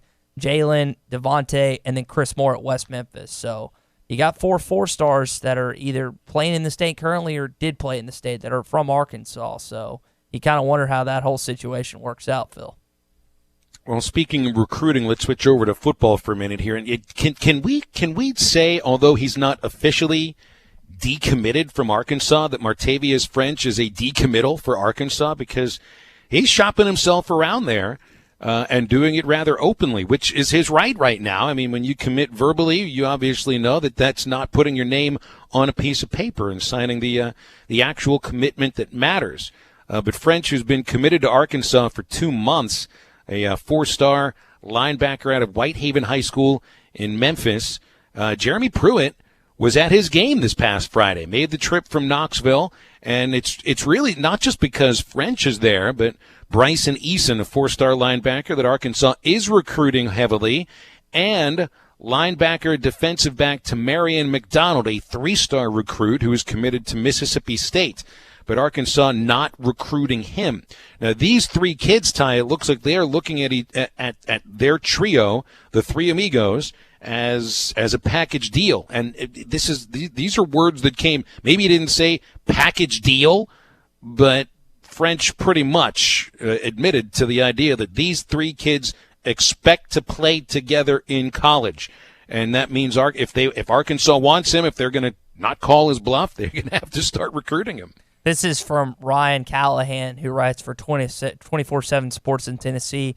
Said it's a big theme because Arkansas hasn't offered Tamarian yet, and that's one of our goals. We want to all play together, French said. If Tamarian can get an offer from Arkansas, then you know what that means. So, I mean, is that as easy as it seems? Because, I mean, you think about it, I know people are irate on social media and stuff when they saw this. It's like, why hadn't they offered that? But there has to be a reasoning behind John Chavis and Chad Morris not offering him yet. It can't be that simple, right? Your question, your answer is as good as mine. Yeah. I mean, you don't want if you're a college head coach, you do not want your feet held to the fire by a high school senior just because he says you got to bring my boy to campus, and you don't want to bring his boy to campus. But it's not like, I mean, he's a 3-star kid unless there's like character issues or something. You get Eason, you get French, and you get McDonald. You got a 3-star and 2 4-star linebackers. Maybe I'm just making it out to be easier than it actually is, but unless there's a major character flaw, and I guess the idea that you're bringing up, you don't want to get strong-armed, you don't want to get, but the thing is, Phil, Arkansas doesn't have any leverage whatsoever right now. They're in the same boat as Tennessee, which is kind of ironic that 2 of the worst teams in the SEC, 2 teams that once had prominent programs, are trying to get back to that point. They're both at the same time, they're going after these kids. And it's a trio that I wonder if it's not worth it. And I know you got a chance to watch the identity theft of Mitch Mustang last week, the Springdale 5. Now, this isn't the exact same thing, but people questioned how much Gus Malzahn coming in as OC, former head coach of Springdale, come in as OC, how much that helped bring in Mitch Mustang at the time to quarterback. And he's pretty much, I mean, French is just blunt. He's like, yeah, they offer him. You know what that means. I mean, unless he just goes back on his assumed word, it seems like all you got to do is offer McDonald, and Eason's going to commit. French is already committed, and he will too. That's 3 guys. But, again, it's never as easy as it seems. French says he's not planning to announce a final decision until National Signing Day. So, I mean, he's got official visits scheduled for Purdue, which he says will be either early or late November. He's got an official visit to Mississippi State, he says from either December 7th through the 9th, and he's planning one with Oregon right now. So, and this has got to be rattling to the Arkansas coaching staff, because Tykees Crawford is the only other 4-star recruit that they've had orally committed. He's the offensive lineman from East Texas, and LSU is coming at him very hard. So potentially you could end up losing your 2 top-rated recruits, the only 4 stars that you have coming in for the incoming class. And honestly, if you're an offensive lineman and LSU is coming after you, I think it's pretty difficult to say no to them. And if you're a kid in Martavius French who so openly desires to play with his high school teammates, and another school makes offers to them, he's not going to end up going to Arkansas. So where last year you had this really good recruiting class, and you were wondering, you really can no longer recruit just based upon the idea of immediate playing time. You got to show steps forward. You got a couple of kids that are must-haves right now that are looking at the program and thinking, I like you, but I might like something. I might like somebody else a little bit more. It's being jilted before you even get to the dance. So if you look at Arkansas' recruiting class, Scott brings up a good point on our Cherokee Casino hotline, the fact that Arkansas doesn't have a single DB committed right now. And if you want to look at the linebackers, a guy that we're just talking, or 3 guys we're just talking about, in Tamarian McDonald, Bryson Eason, and Martavius French, they have, 1 in French, obviously. You have Jashad Stewart out of Jonesboro. You have Cantrell Wallace out of Bryant. And then you have the Drew Francis kid out of Knoxville. So 4 linebackers already committed in this class, and if that would add 2 more, 6 linebackers. I can understand a little bit why that might be too many, as much as, regardless if Arkansas needs depth there or not, that might be a little too many. But that is kind of a surprising statistic that Scott brings up, that they don't have a single DB that's committed right now. That's worrisome. I mean, it is what it is. So, well, let's get a look and see how we did last week, Ty. I kind of previewed the idea that you continue to do a little bit better than me. I still had a decent week. Yeah, you got 3 points. I got 3 points. I had victories I got Oregon State's first Pac-12 win in 3 years with a 48-31 victory at the Rose Bowl against Chip Kelly and the Bruins. By the way, the Bruins are 4-14 under Chip Kelly, and it was 21-0 6 minutes into the game. So I had the Beavers covering a 6.5-point spread. UCLA favored. I got that one right. I missed badly. Well, I don't know about badly on Iowa at Michigan, though. Who would have thought that Michigan would hold the Hawkeyes to tying their lowest scoring total of the decade in a 10-3 win? Michigan favored by 4, cover it. with a little room to spare. I lost on the over-under on North Carolina, Georgia Tech. Georgia Tech still the lowest scoring offense in the nation, and put up 22. UNC wins 38-22. The teams combined for 36 points in the fourth quarter, Ty, so it had the feeling of a bad beat. Second highest point total of the year for Georgia Tech. I did get my money ball, though I was a little nervous going into halftime with Georgia and Tennessee playing close.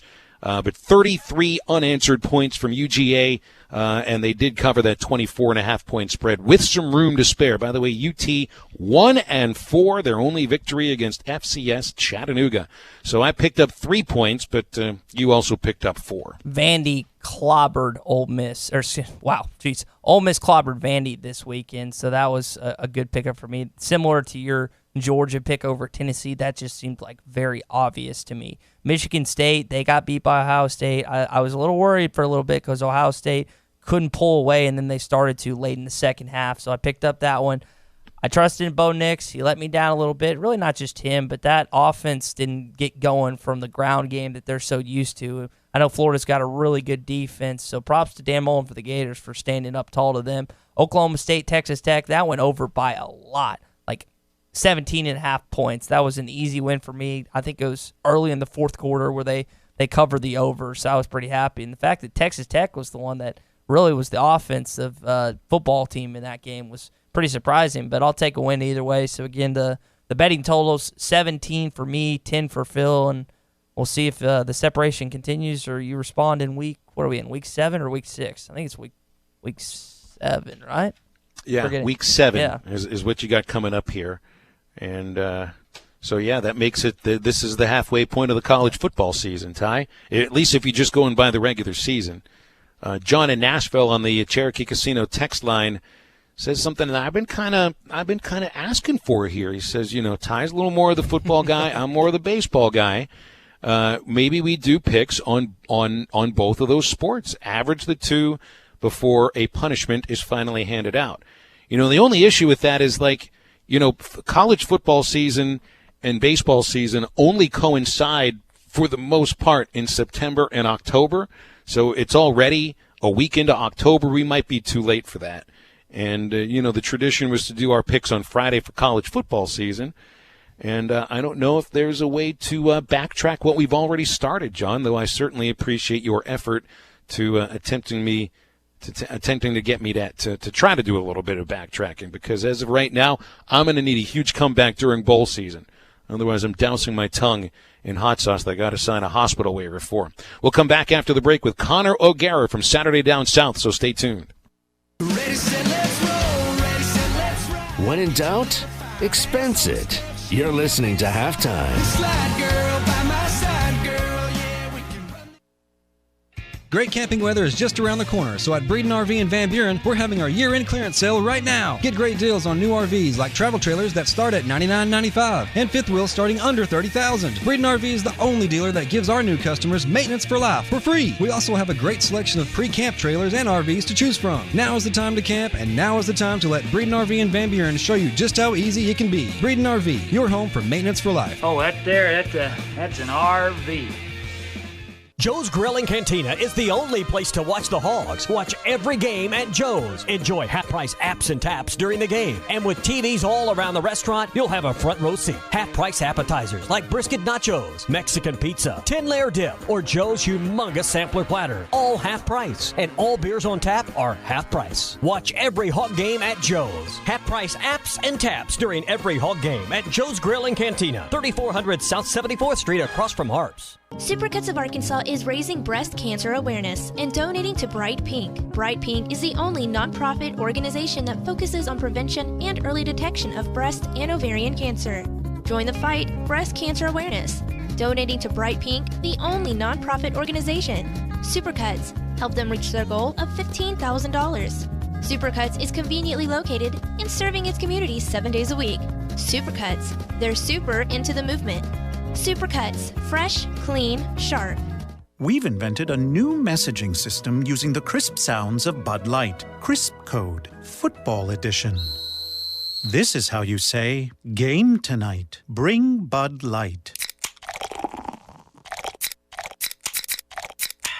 fantasy fees are due.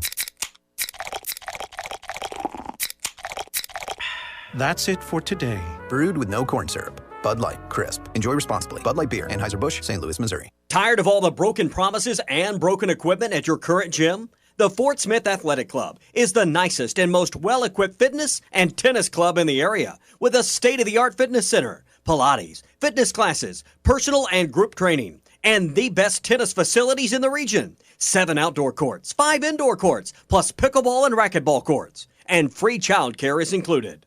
The Fort Smith Athletic Club. Call 452-4031 for membership information. Mentor's Lumber True Value has the lowest prices on the items you use every day. Today, 4 packs of GE LED light bulbs are just $9.99 each. Choose from 5-watt or 8-watt soft white or daylight dimmable bulbs. They are all rated for 15,000 hours of life. Head over to the electrical department for these bargains of the month now, while supplies last. Mentor's Lumber True Value with locations in Alma, Ozark, and Clarksville. Light bulbs burn out, so it's dark. ESPN 95.3. Touchdown! Halftime is brought to you by Supercuts, who supports local teams. Supercuts. We're super into the movement. Yeah, they got it going on.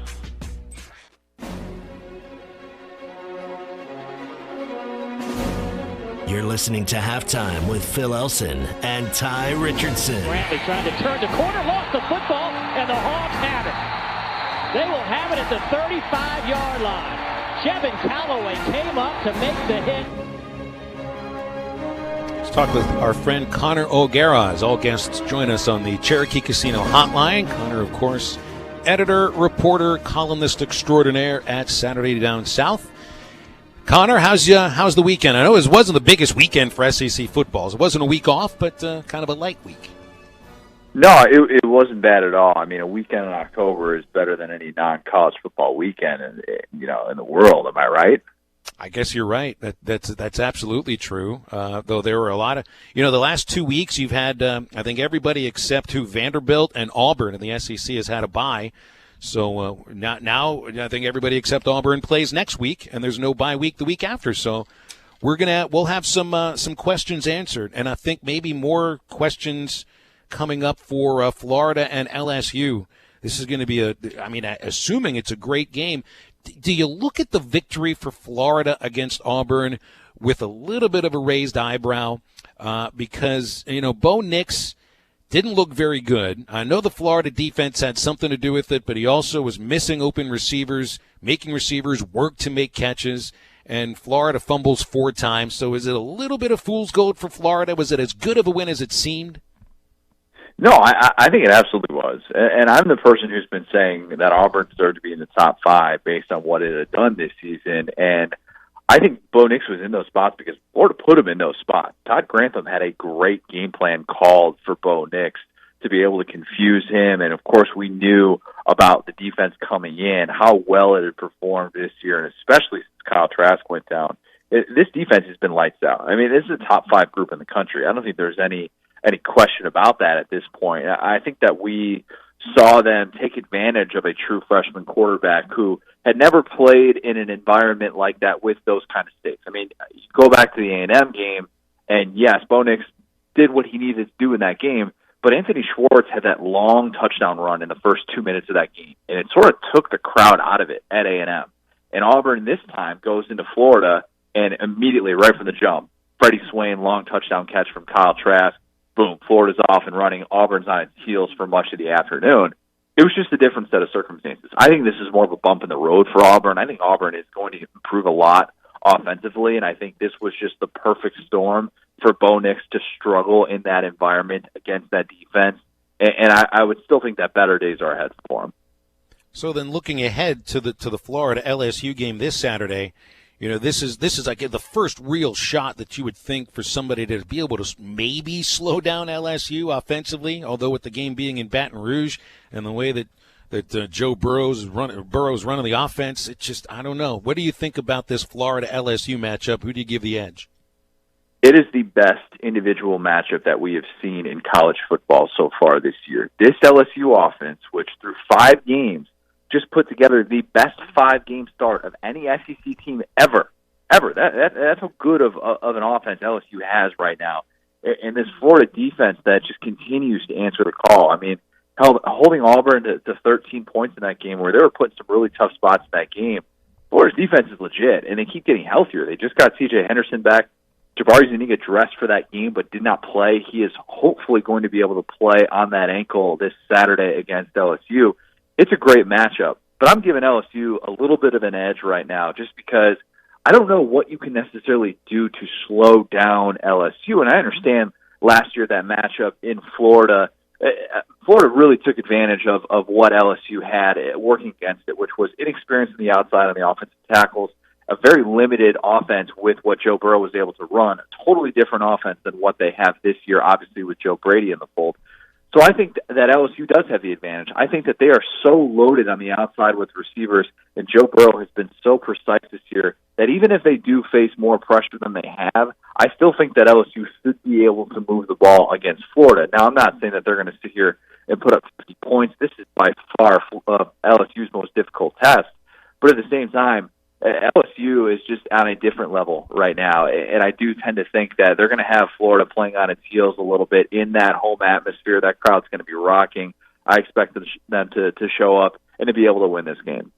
Speaking with Connor O'Gara Saturday down south on Cherokee Casino Hotline. Connor, you mentioned your confidence in LSU. I don't think you're the only one that's on the boat. I think most people think that LSU is going to ultimately win that football game, but I was also surprised. They're favored by 14. That's what the line opened up in most Vegas sites. Now, when I saw that initially, I was kind of shocked a little bit. Florida just beat a pretty good football team in Auburn and looked pretty, like from a defensive point, they looked pretty good. Were you surprised when you saw the opening line that LSU was favored by 14 initially against Florida this weekend?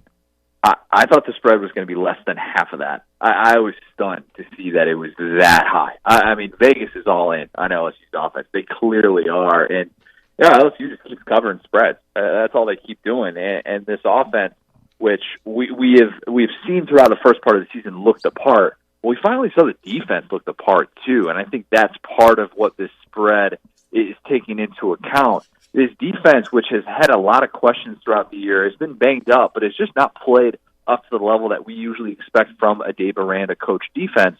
It looked really good against Utah State. And on paper, I know a lot of people think, Utah State, who cares? Of course they're going to look good against Utah State. Jordan Love was a top 10 quarterback in the country coming into this season. Whether he is still at that level, that's a different question. But LSU held him to 4.4 yards per attempt. They held him without a touchdown in that game.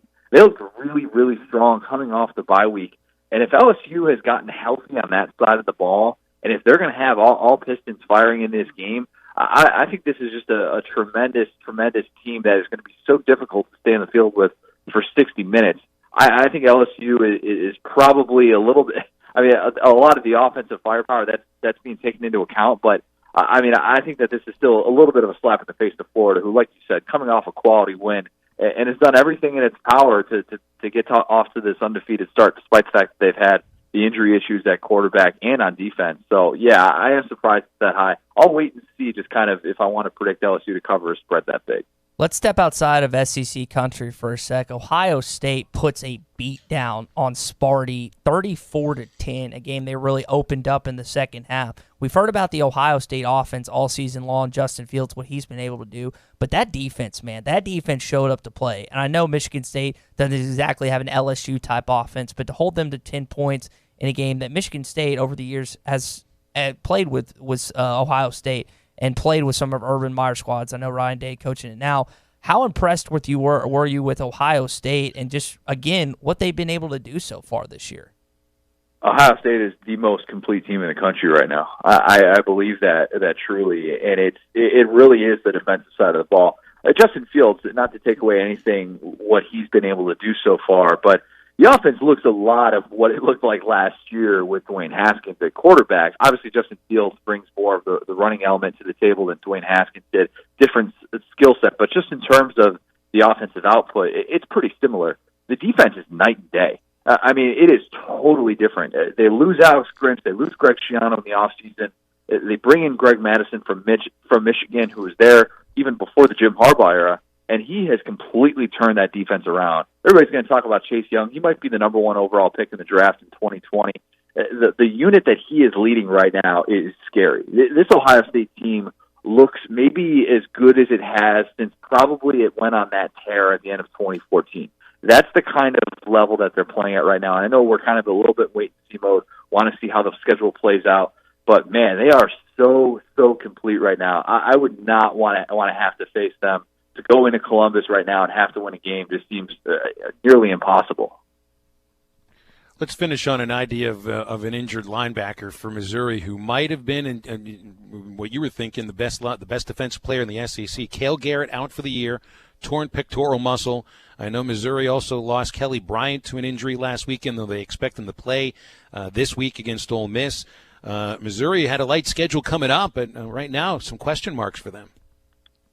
That's just such a brutal injury. It's one of the toughest injuries we've seen so far in all of college football, and it is a little bit like Alabama losing Dylan Moses. I know not in the same, when we talk about the national championship and how it can impact that, but just in terms of what it means for an individual team.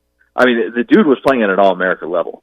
3 straight games with a touchdown. He's a linebacker. That doesn't happen.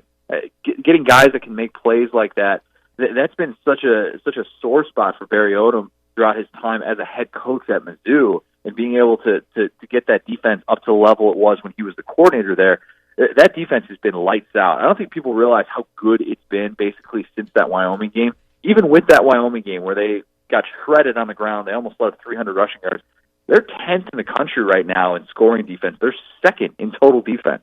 Losing somebody of Cale Garrett's caliber is big, but at the same time, they do have some depth. Kobe Whiteside has played really well. Jordan Elliott's played really well for that team as well up front. I do think that they're still going to be okay, and they should win their next 3 games going into that Georgia game. But it is a big loss, and it could have an impact in terms of whether...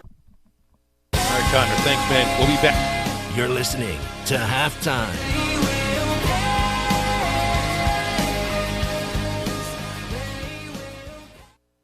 Did someone say, I'm hungry? Visit 906 Cocktail and Cigar Lounge on the Avenue. Try the new panini sandwiches like the Chicken Pyro or the Cubana or the signature 906 wings. Jumbo wings roasted with honey bacon jam. Want some spice? Try the black and blue wings. Experience their salads, flatbreads, coffees and desserts, top shelf wines and liquors, premium beers, world-class cigars, all in an atmosphere that feels less like a lounge and more like a destination. Sample, indulge, escape. 906 Cocktail and Cigar Lounge. Treat your appetite on the Avenue.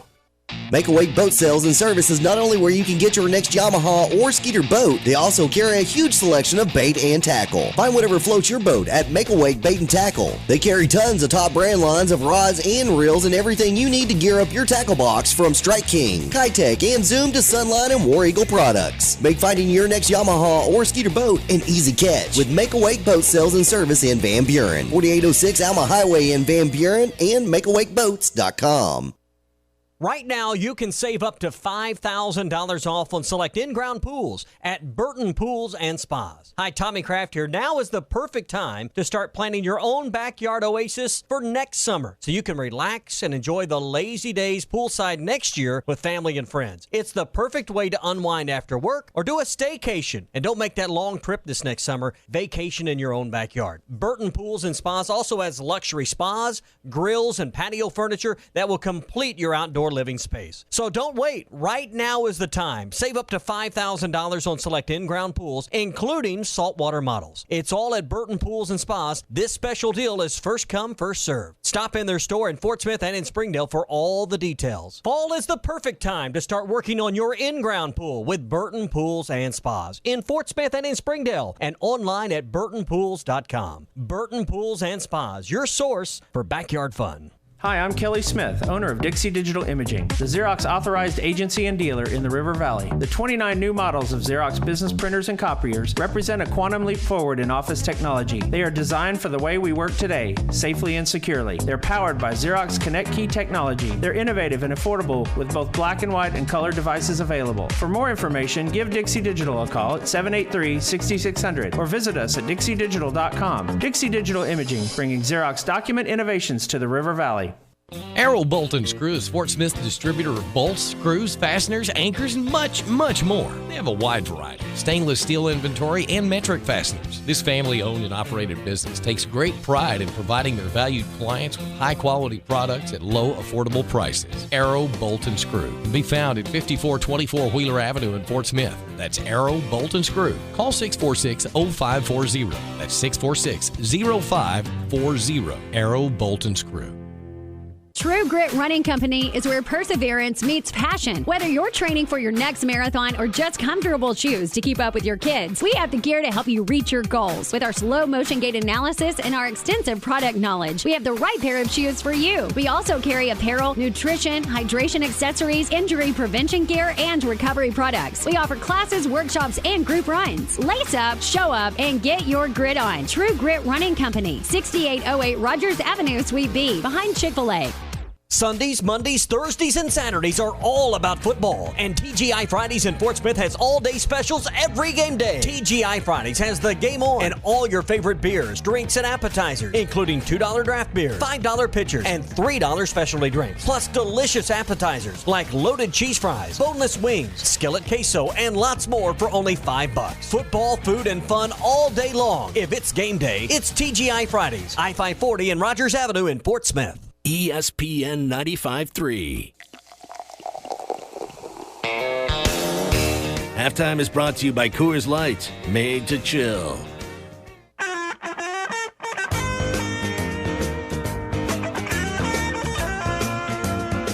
You're listening to Halftime with Phil Elson and Ty Richardson. Jones slowly throws back to the end zone. Touchdown!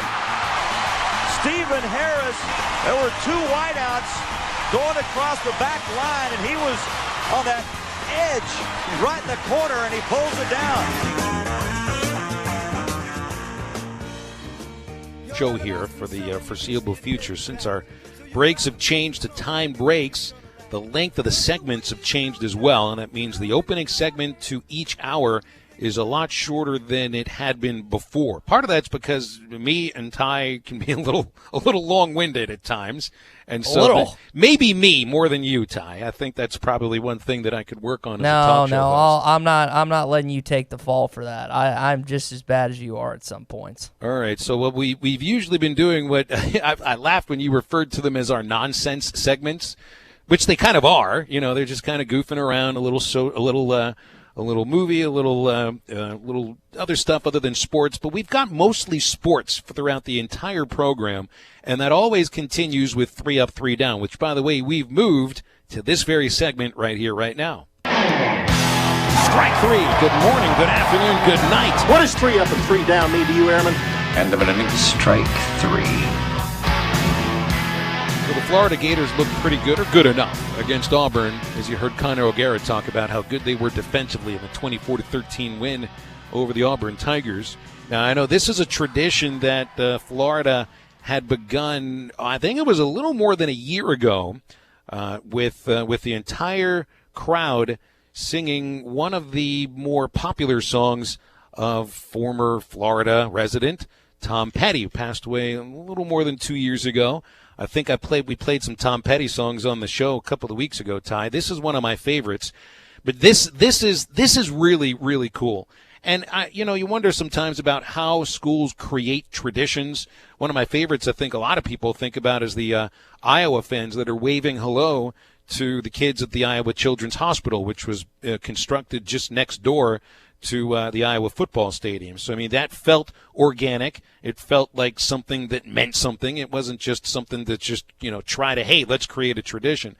So with Petty being from Gainesville and Florida, it's not just Florida that loves Tom Petty. I think all of America loved Tom Petty. This is the sound of over 90,000 fans between the third and the fourth quarter at Florida at Florida Stadium.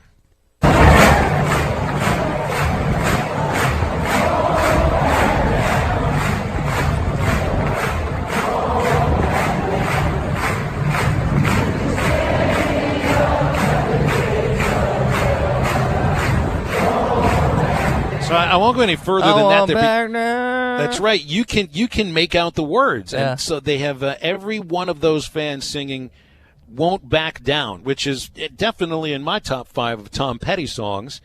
And they've got the words up there for everybody to see, but I would imagine most of those folks know the words anyway.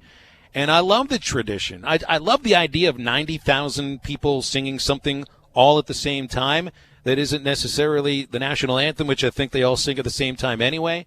That, to me, sounded good. That didn't sound just like a manufactured tradition. This is the sort of thing you can get behind it. It also makes you wonder, what song would you have played between the third and fourth quarter at Arkansas games? Hog Wild.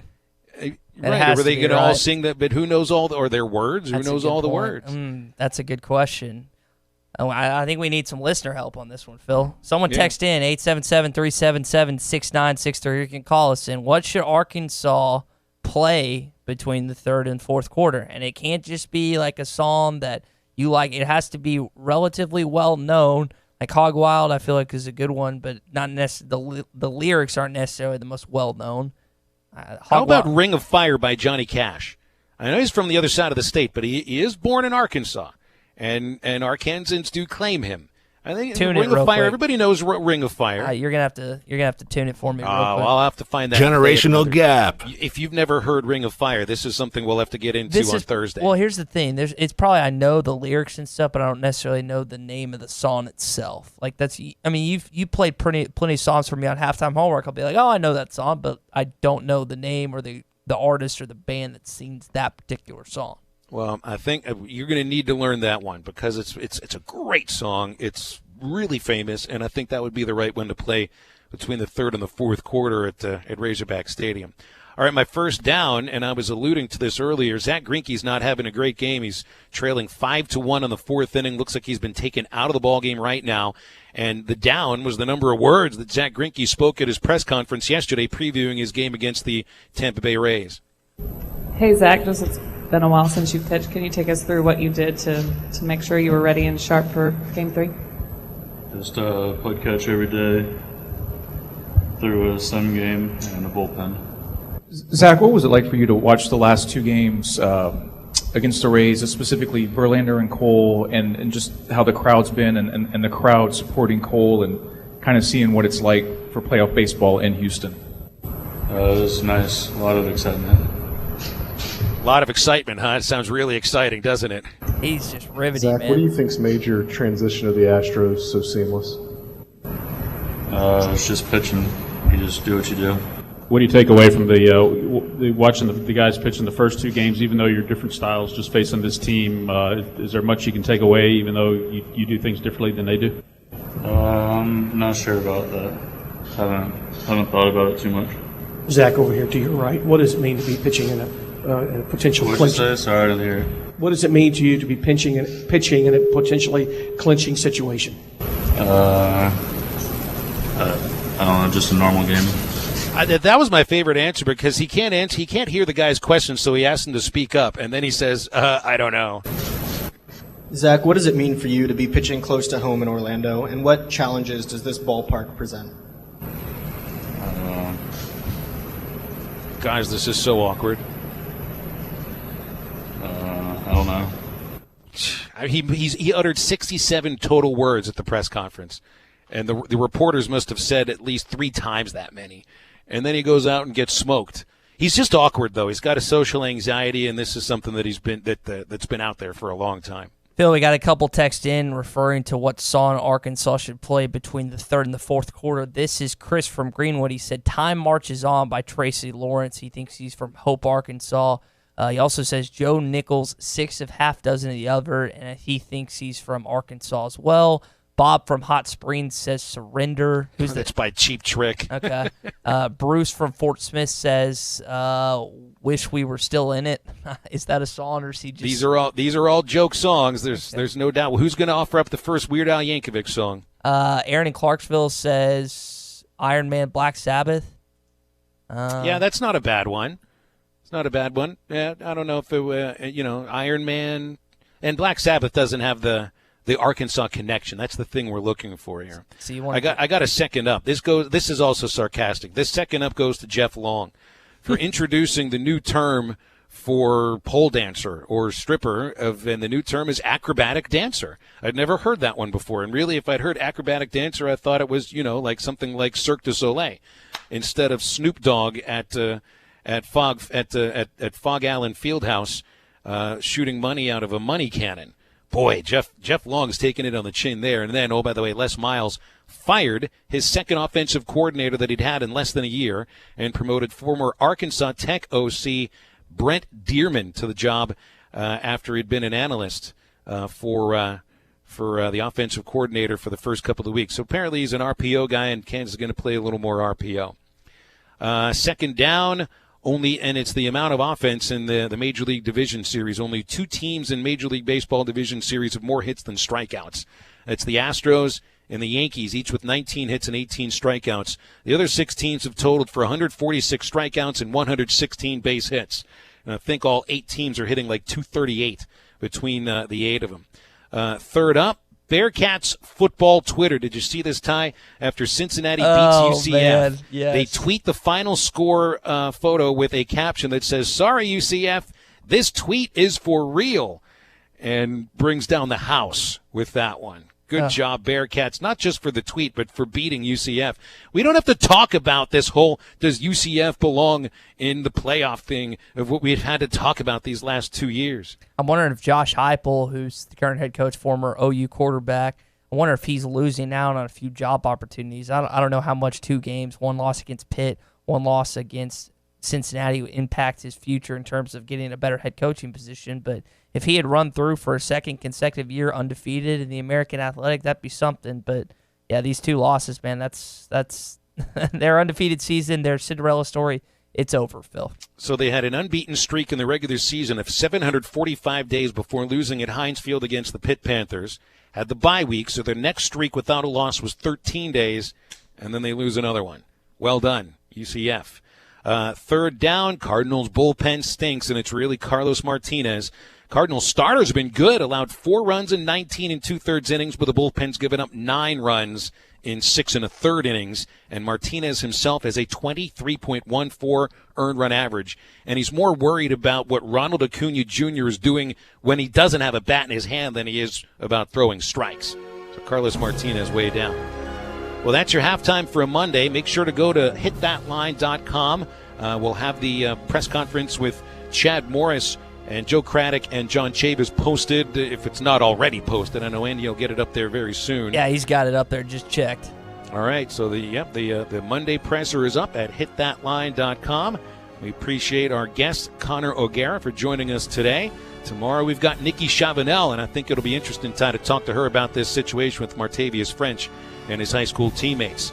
So have a great rest of your Monday. For Ty, I'm Phil. Now get out there, get out, and get better.